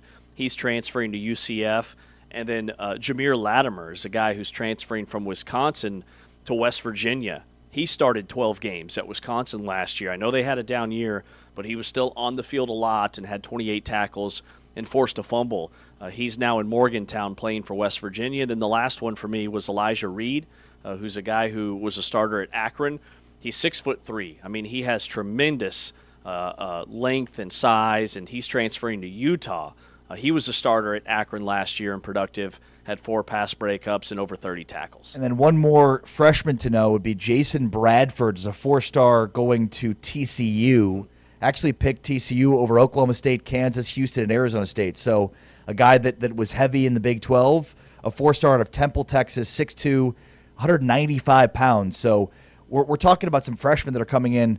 You know, Zaire Heiler for Arizona, 6'3", 180 pounds. And then Jason Bradford for TCU, 6'2", and a half, 195 pounds. So some big freshmen stepping in to potentially play meaningful roles for their programs, and wanted to make mention of those. All right, need to talk with Ranthony Tahada, the former TCU corner, about the position. That is coming up next. But first, Big 12 Conference Wrestling is back at the BOK Center in Tulsa, Oklahoma. The 2026 Big 12 Wrestling Championships, presented by Allstate, returns Friday, March 6th and Saturday, March 7th in the heart of downtown Tulsa. Tickets and premium hospitality are available now at bokcenter.com/events. Big 12 Wrestling at the BOK Center in Tulsa, March 6th and 7th. You're not going to want to miss that. Iowa State, Oklahoma State, 2 of the big-time programs in college wrestling will be there. Missouri's had a good year.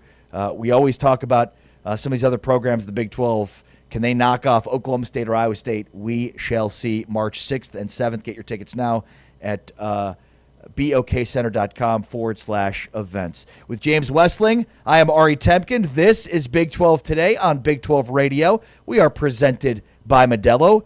Ranthony Tahada, the former TCU defensive back, joins us next. This is Big 12 Today on Big 12 Radio, presented by Modelo. Heard on TuneIn, watched on Big 12 Studios.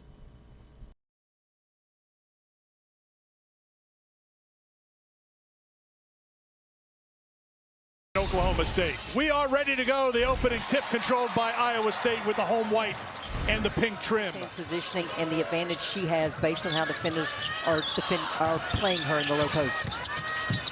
Jackson showing that speed, getting Williams rather to the basket. Sides, kicks it out to Garcia. Sides, excellent three-point shooter. And she'll get 3 the hard way, or at least try to. Contact and a change.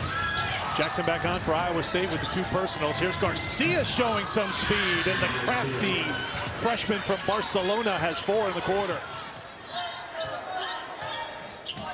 Wants the Audi screen and wants to shoot again. She can't be stopped right now. She's letting everybody know it. Classens to Garcia. Now Sides. Sides gets inside of Hare, who picks up the foul. That's going to be her 4th personal chance. 1 minute to go.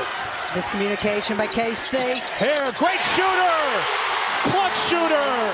Spicer, good shooter, is on. That's one to watch here, along with Sides.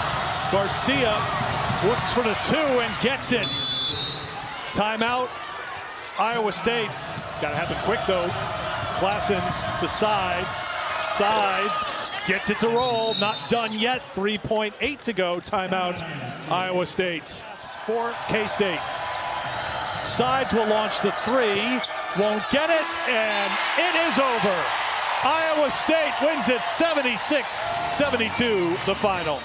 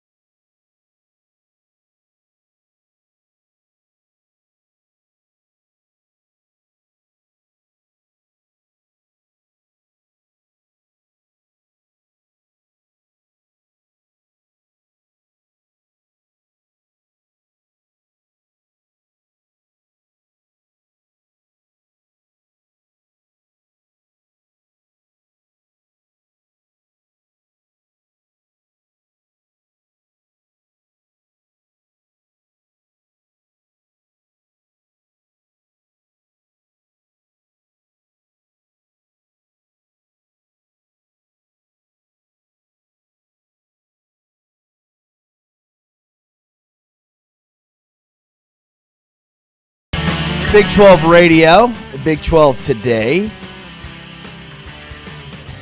We are presented by Modelo. Cheers to you, the full-time fan, because the full-time fan knows no off-season, James. And, of course, off-season optimism is mandatory. And so that is what we are doing throughout the off-season. We've ranked our top newcomers at the defensive back position.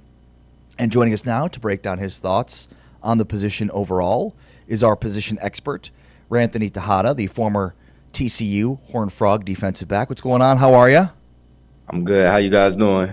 Doing very good. Thank you. Appreciate your time. I guess just overall, what stands out to you about the defensive back position in 2026? Well, I mean, it's still one of the hardest positions out there, I feel like, and the easiest for people to scrutinize. You know what I mean? Yes.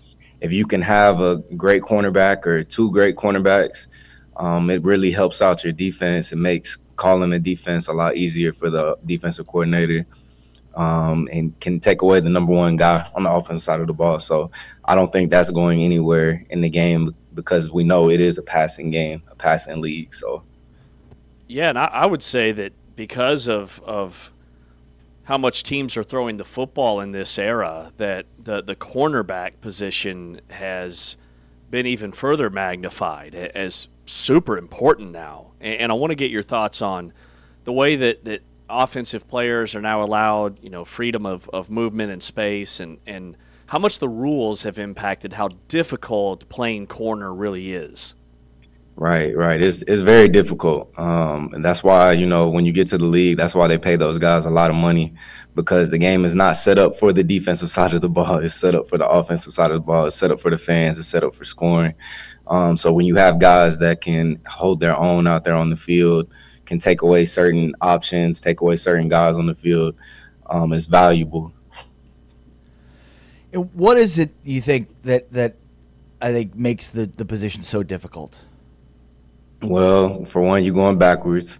For two, you're reacting to everything that the offense does. You don't know what they're doing. I mean, obviously you can watch film, you can study the man across from you, the wide receivers, but at the end of the day, you're still reacting off of what they do, what you see.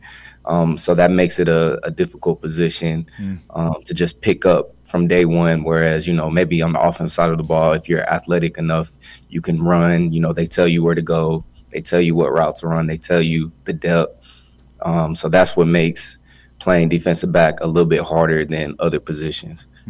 Man, you started in 42 games back at TCU from 2014 to 2017. You had 117 tackles, 3 picks, 5 sacks, 30 pass breakups. What? I guess take us back to your time at TCU and break down what made you so elite as a lockdown corner. Man, I had a great time at TCU. I learned a lot. I think one of the biggest things for me was going into college, and being able to play under Gary Patterson, and then just even the teammates that I had around me. So when I first got to TCU, my freshman year, the corner that was in front of me was Jason Verrett, and that's probably one of the best DBs I've ever seen.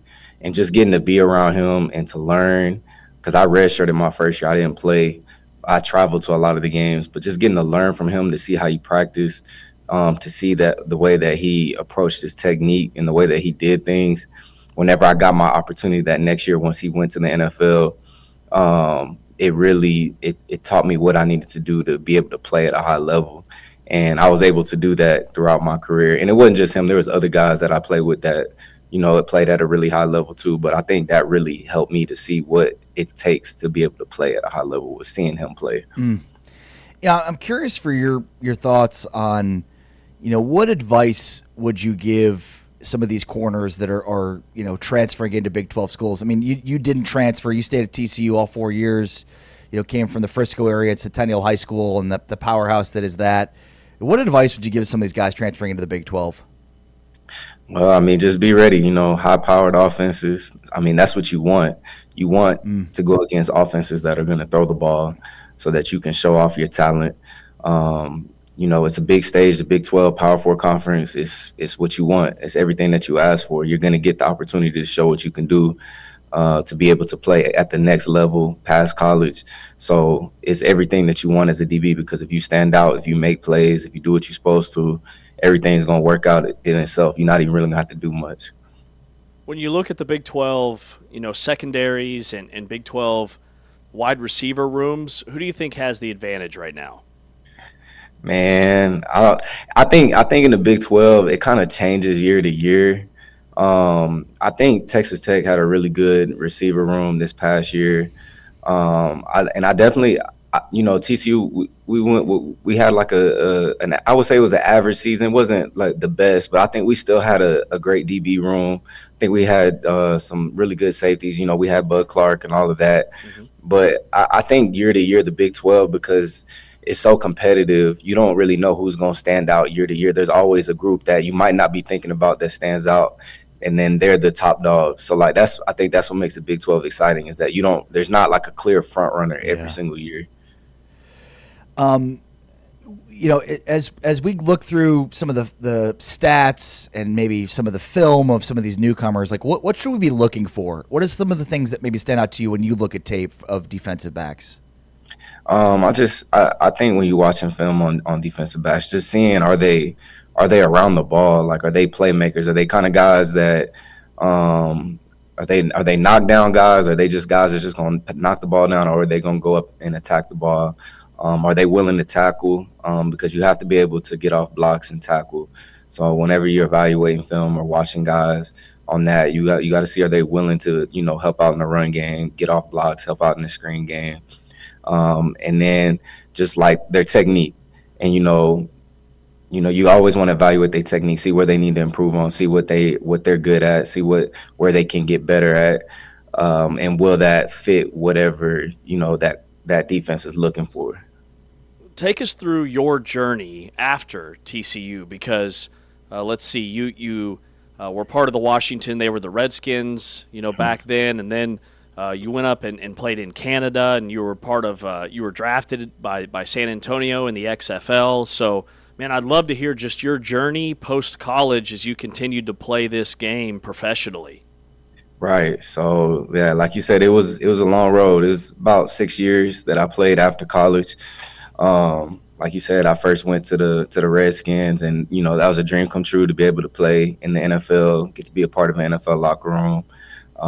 And get that opportunity. And, I felt like I proved my worth, and I made a lot of plays throughout the preseason and everything like that. But, when it comes to NFL, sometimes it's a numbers game. Sometimes, it's got to be the right timing, the right situation for things to work out.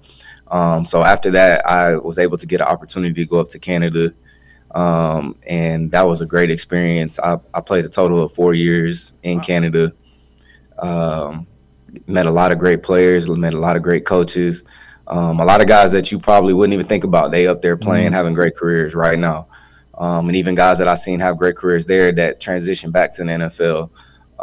So I got to meet a lot of great guys, play with a lot of great guys, play with a lot of great coaches. And then the opportunities with the XFL during the COVID year, or right before COVID hit. And then in 2023, when it came back with San Antonio, and getting that call from Hines Ward as the head coach saying that he wanted to, draft me, and then play for Coach Herman as the defensive coordinator, who had an extensive NFL background too. It's just nothing more that I could ask for. Everything a part of my pro career was great. It was everything that I dreamed of, and I don't have any complaints on that. So what are you doing these days? Yeah, so these days, as soon as I got done playing back in 23, I got in. I wanted to stay with the game. I'm currently a teacher and coach at a high school in Little Elm, Texas. Awesome. At Little Elm High School. Yeah. Yep, in the DFW area. So I'm a DB coach here, and then I also have a training business on the side where I train DBs from elementary school, middle school, high school, all the way up to the pros. So I'm still involved heavily with the game. Oh, man, that's awesome. All right, so when you were at TCU, who were the top receivers in the league that you were like, man, I've got to bring it each and every Saturday against these guys? Yeah, I mean, when I played at TCU, it was a lot of great receivers I had to go against. I went against D.D. Westbrook. I went against C.D. Lamb. I went against Cortland Sutton. Wow. I went against Tyler Lockett. I went against Hollywood Brown, James Washington. A lot of great receivers. So we played a lot of great teams during that era, during that run. So I felt like I was definitely prepared to be able to play at the next level for sure. Who was the best? Well, I mean, I would probably say the Oklahoma side, because that was one team that we always struggled with when I was at TCU. So they had a great team. They had great players. They had Baker Mayfield. They had C.D. Lamb. They had Joe Mixon. They had D.D. Westbrook. A lot of great, talented players on the offensive side of the ball. And they was kind of like the team that we just could not figure out. Yeah. Well, great to visit with you. Ranthony Tahada, the former TCU defensive back. Thanks so much for your time, man. Be well. Yes, sir. Appreciate that. Appreciate y'all having me. Thank you. Appreciate the time, getting some insight on the position here from Ranthony Tahada here on Big 12 Today. This is Defensive Backs Day, breaking down our thoughts on the defensive back position and the top newcomers in the Big 12. James and I had two that are the same. I'm shocked you do not have Caleb Patterson, the Illinois transfer to K-State. You and I both had Jason Prevard, who had 3 interceptions last year for UVA, including 2 against Florida State on our list. You had him number 2. I had him number 1. Breaking down the top 5 newcomers of the position here on Big 12 Radio. Yeah, let's see. So Patterson played in 10 games, but he only started 3. Right. He played 216 snaps. He had 15 tackles. Just felt like he was the more high-profile name for some reason, but yeah, Prevard's the guy with the stats. Well, and they got him really early on, Prevard, the Virginia transfer. They got him really early on in the transfer portal process, and so I think a lot of people kind of forgot about that and overlooked it. Patterson they got really late in the process, but some really great stuff there from Ranthony Tahada. Just were those like the glory days of Big 12 wide receivers? All the guys he's rattling off. Man, I forgot about him going one-on-one against Tyler Lockett and all the guys from Oklahoma with C.D. Lamb and D.D. Westbrook and Hollywood Brown. Those were all OU guys. But then, we brought up a lot of names from schools that are still in this conference when you think about K-State and James Oklahoma Washington State. at Oklahoma State. Yeah. Yes. There were some ballers in this league, a lot of receivers that played on Sundays. Well, and it's interesting, too, because I don't know if we're going to have time to get to it today, but we have to at some point. An interesting article that was written that breaks down about how defenses are catching up now and have gone ahead of offense. It's something we've talked a little bit about. Mm-hmm. And there's actual numbers now to back this up. But when you look at some of the numbers and how high they got from an offensive perspective, he was a defensive back in the Big 12 at probably the most difficult period of time to be a defensive back in the Big 12. Yeah, and TCU's always had elite corners. I mean, right.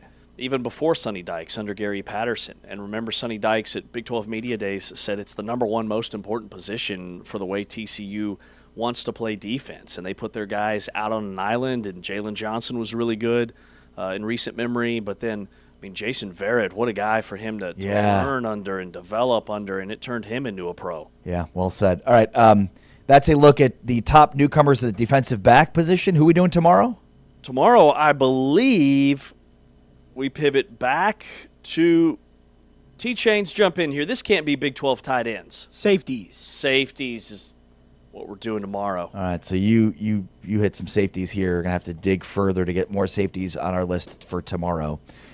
That's James Westling. I'm Ari Tepkin. T-Chains. Taman Turner is our producer. This is Big 12 Today, and Big 12 Gymnastics, Big 12 Championship Gymnastics, I should say, returns to the Maverick Center in West Valley City, Utah.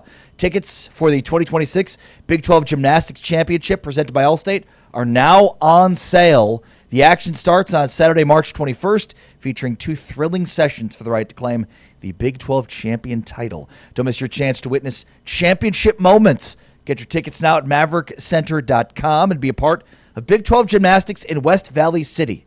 With James Westling, Amari Tepkin, it's Big 12 Today on Big 12 Radio.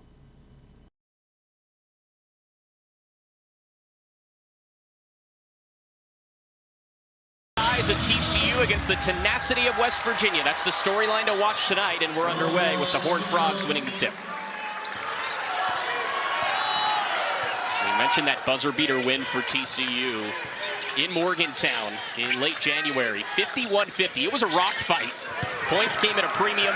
Interesting to see if the offense gets going. Early on, it does. A bucket for Clara Silva. The winner could be in a tie with Baylor.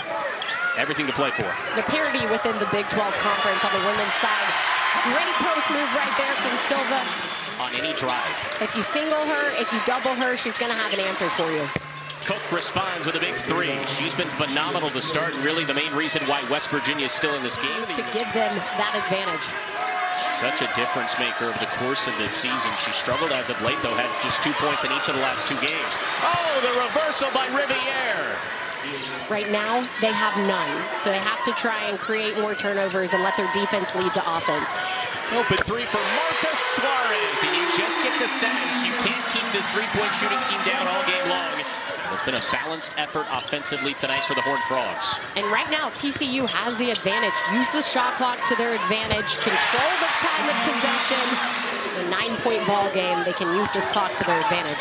Miles going to work and getting the hometown roll. She makes that look so easy.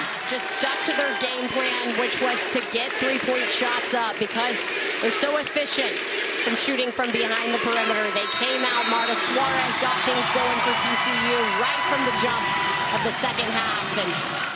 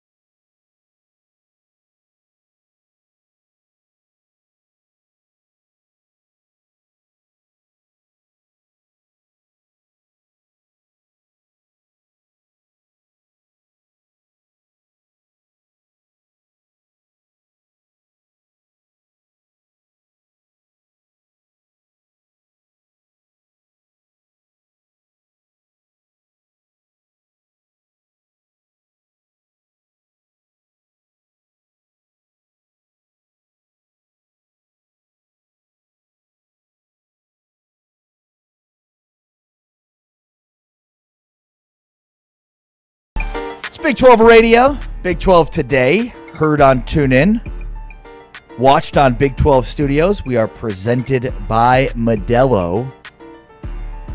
And James, big win on the women's basketball side for TCU as they took complete control of the Big 12 women's side of things. They beat both Baylor and West Virginia this week TCU has now won 40 straight at home. Oh, my. 40? That's what I read. 40. I mean, 40 they're straight. 16-0 this year at home. I don't remember them losing at home last year. They were down 6 at the break and then took a 20-2 run over the first 5-12 of the second half.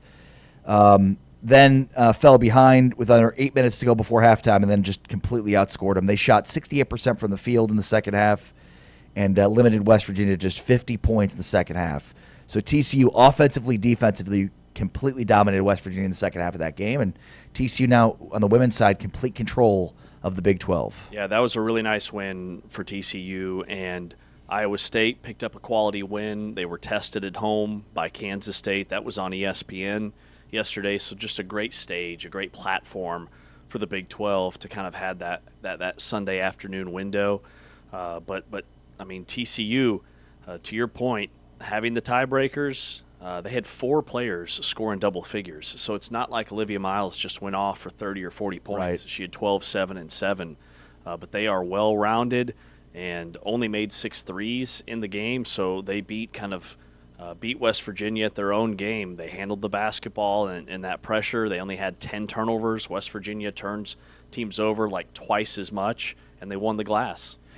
Meanwhile, Jerome Tang is out, so the first coach fired during the basketball season is Jerome Tang, despite an $18.67 million buyout. Gene Taylor and K-State are saying they're firing Jerome Tang for cause, to try to get out of some of that buyout. We'll see what happens. But here's what Gene Taylor said yesterday when it was official about what's been wrong with this K-State basketball team. Well, every year I kind of do evaluation of the year, and just in the last couple of years, we just haven't been doing what we kind of expected to do after the Elite Eight. And so I kind of go through that in my brain, and thought this year we started out really well, and it's just last couple of years haven't gone where I thought we should have been going. Yeah, I think that's obvious. I mean, this is a job, James, that, talk about high highs, getting to the Elite Eight, playing elite basketball. think about that play where Noel is looking to the sideline for Tang, and there was confusion, and then he just goes up top from the three-point line for an alley-oop to Keontae Johnson. Just think about the high highs and low lows for this K-State basketball program under Jerome Tang. It has been a wild ride and a really weird 4 years because you're right. They were at the pinnacle, and Kansas State's a very tradition-rich basketball school. With all the success that Bill Snyder had, it kind of overshadowed the fact that K-State's always been basketball first, dating back to the 60s and 70s when they were going to Final Fours in Ahern Fieldhouse. And they've been to 3 Elite Eights under 3 different coaches since 2010. Frank Martin got there, Bruce Weber got there, Jerome Tang got there. So they've had success. It's just been a roller coaster ride the last 10 or 15 years because Bruce Weber had a team that won a Big 12 regular season title and then got bounced in the first round of the NCAA tournament. But then he had a team that was a 9 seed in the NCAA tournament, and they get to the Elite Eight. But K-State had not had this bad of a start in league play since Bruce Weber's COVID year. His second to last year, they started 0-13 in Big 12 play. But because of COVID, they gave him an extra year, and he just couldn't get that thing turned around. With Jerome Tang, he goes 11-7 in league, and then 8 wins, and then 9 wins, and 1 win. And remember that stretch K-State had last year, where they won 6 in a row. They were the number 1 team in the country for about 3 weeks, according to Torvik's ratings. They had just knocked off Iowa State and Kansas back-to-back. They were an NCAA tournament team at that point in time, and kind of like where TCU is right now. They had a bunch of quad 1 wins, but some bad losses, right? Since then, they are 4-17 in Big 12 play, and 3 of those 4 wins came later on last year. This team just doesn't have it, and ultimately you have to look at the top. The guy that assembled the roster was Jerome Tang and his assistants. Yeah, well said. We've got Big Monday tonight, huge one, Iowa State, Houston. You look back and the Big Mondays we've had so far, and they've been incredible games, and tonight will be no different. Both Houston and Iowa State undefeated at home. This one's at Hilton Coliseum, and here's what Kelvin Sampson, Houston's coach, said about Hilton Coliseum. Kansas, I think, beat Iowa State by 20, didn't they? And so they just returned the favor today. It's not a shock. You guys ever been to Hilton Coliseum? I've been there about 10 times. It's hard to win there. They're really good. Yeah, and here's what Sampson said about playing Iowa State tonight on Big Monday. So you play these conference games, you get to your 31st game, you play at Kansas, you play at Arizona, play at Texas Tech, you play at Kansas. You go to those games and you have a good plan. Sometimes it works and sometimes it doesn't. The momentum changers. You miss a free throw or you get a bad call and the momentum switches. That's where your maturity comes in. So guys like Kingston, for instance, Isaiah, Chris, Khalifa, are first-year guys. Emmanuel's Emmanuel, Milos is Milos, JoJo is JoJo. I mean, they've seen these things. But these are great opportunities, man.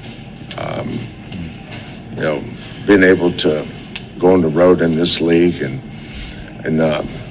stay true to who you are is going to be important. So guys like Masilovic, Lipsy, Jefferson. Jefferson's one of my favorite players in the country. Just like Texas Tech last night, it was eerily similar to the way we lost to Tech, to the way Arizona did. Atwell hits a timely three, keeping Toppin off his right shoulder. Everybody knows the scouting report. Just difficult to do because those guys are so good. But I'm excited about this game. See what we do. We go there and play well, we'll have a chance. If we don't play well, you know what's going to happen. But the key is during the course of 31 games is you play your game, you get to the next one. Our next one is Iowa State. Yeah, well said. And look, I think Sampson hit the nail on the head there in terms of these are great opportunities. Obviously they're scary because you feel like the hold out of 1 or a 2 or a 3 seed's precarious, but this will all come out in the wash. Yeah. And this will be a coin flip game tonight in Ames. Houston won here a couple of years ago. They haven't played much in the last couple of seasons, right? They only played once last year, and it was down in Houston at the Fertitta Center. I look at Houston offensively. They've dropped about 5 spots in Ken Palm's offensive efficiency rating, and they haven't been very Houston-like offensively. They had a season high in turnovers on Saturday against Kansas State. Kingston Flemings was turning the ball over. Emmanuel Sharp was not real crisp with it, even though he ended the game with 23 points, and then it led to some mental breakdowns defensively. When's the last time Emmanuel Sharp fouled out of a game? He fouled out with about 4 minutes to go against K-State. Kingston Flemings has just been off the last 2 games. He only had, 4 points against Utah midweek and then got to double figures against K-State, but had to take a lot of shots to get there and only made 2. So Houston, they are not really hitting their stride offensively, but on the flip side, they will. Kelvin Sampson at shoot-around was really emphasizing the mental aspect of the game, and this is what he kept saying, this is what championship caliber teams do. So he believes they're close to being that type of a team.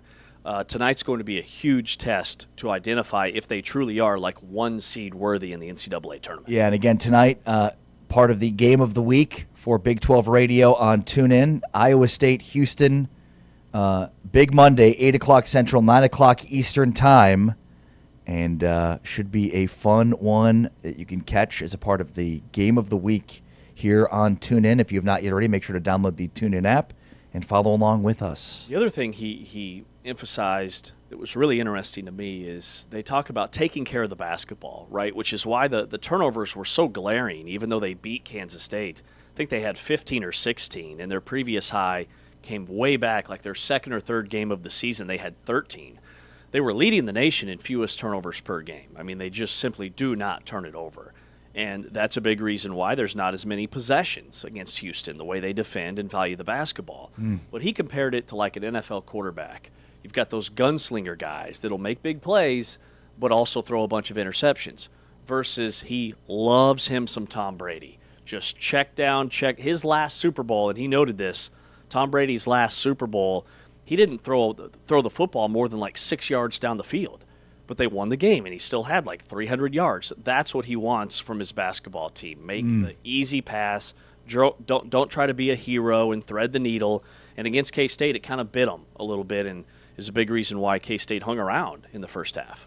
That's James Westling. I'm Ari Tepkin. It's Big 12 today on Big 12 Radio. How was your Valentine's Day? Did you have a good one? It was fantastic. Brought the wife to Houston. She wanted one thing for Valentine's Day, and that was to meet Kelvin Sampson. Okay. So checked that box. Way to go. Coach Sampson built me a ton of credit. Little does he know. And then he shared some marriage advice with us, and we had a nice dinner before I flew out for a game yesterday. Nice. That's awesome. I was talking about it in the lead up to it, but had a group that we threw a big party for our school as a fundraiser called Bad Prom. And so it was basically you could dress up for any prom, any era. My wife and I went 70s. So I sent you guys what I was wearing. It was a deep V. A deep V, a lot of very chest. deep V. You were a chesty lion. Well, and I also went with the platform shoes, which added about 3 inches. Let me just tell you, life is a lot different from up there. And I was talking to people, and until I pointed out, most people just didn't notice it. And then they're like, oh, wow, that's hilarious. I'm like, yeah, I'm going to get them in every color. You're never going to see me in another pair of shoes that don't lift me 3 inches. You got a taste of being, what, about 6 feet tall then? Yeah. Man, and this is the 17th time that Ari's talked about this on today's show. Every commercial break, man, it's a whole nother world up there. Well, and let me tell you something else. So the thing that I didn't realize with this theme was we have a lot of friends that are not from America. So, there was a friend from the Dominican Republic that was there. There was a friend there from France, Colombia, Canada, Israel, Ireland. A lot of people that I know that are friends that are from different countries. And the thing that I didn't realize is they didn't go to prom. They don't do prom? Prom is only an American thing. Huh. So this was, for many of them, their first prom, which was kind of interesting. Did they know what to wear? Did they know what proms are? No. Yes. No. Kind of? Kind of. I think they'd been told by their wives. So that was really delightful. The other thing I'll say is so some of us bought boutonnieres, to really play up the prom thing. Not a good idea to do that the weekend of Valentine's Day, because what's normally a $7 boutonniere is suddenly now $37. So spent a lot of money on flowers. My wife went to pick up the boutonnieres from the grocery store, and she's like, it was the saddest. Just a long line of dudes picking up flowers. That was basically last minute. The grocery store on Saturday. It's just 17 dudes picking up flowers. That's amazing. That's amazing. Man, you got to tell me more about these platform shoes. Okay, you're going to get them in every color. I think they make basketball shoes that are kind of platform. Yeah, I need something that's 3 inches. Okay. Because it's just it's a whole new world. Don't up we there. all? Yeah, Don't we totally all? right. All right. Thanks, of course, to James Westling. Thanks to Anthony Smith, our great producer with Big 12 Studios. Thanks to T-Chains, our great producer, Taman Turner, with Big 12 Radio. James Westling, Ari Tepkin. Make sure to follow along on social media. And, of course, join us each and every morning at 7 a.m. Central, 8 Eastern Time. And we'll be with you again tomorrow morning, where we're looking at safeties and, of course, a huge week of basketball ahead for the Big 12. For James Westling, I'm Ari Tepkin. Big 12 today is back tomorrow. But for now, we're out. Peace.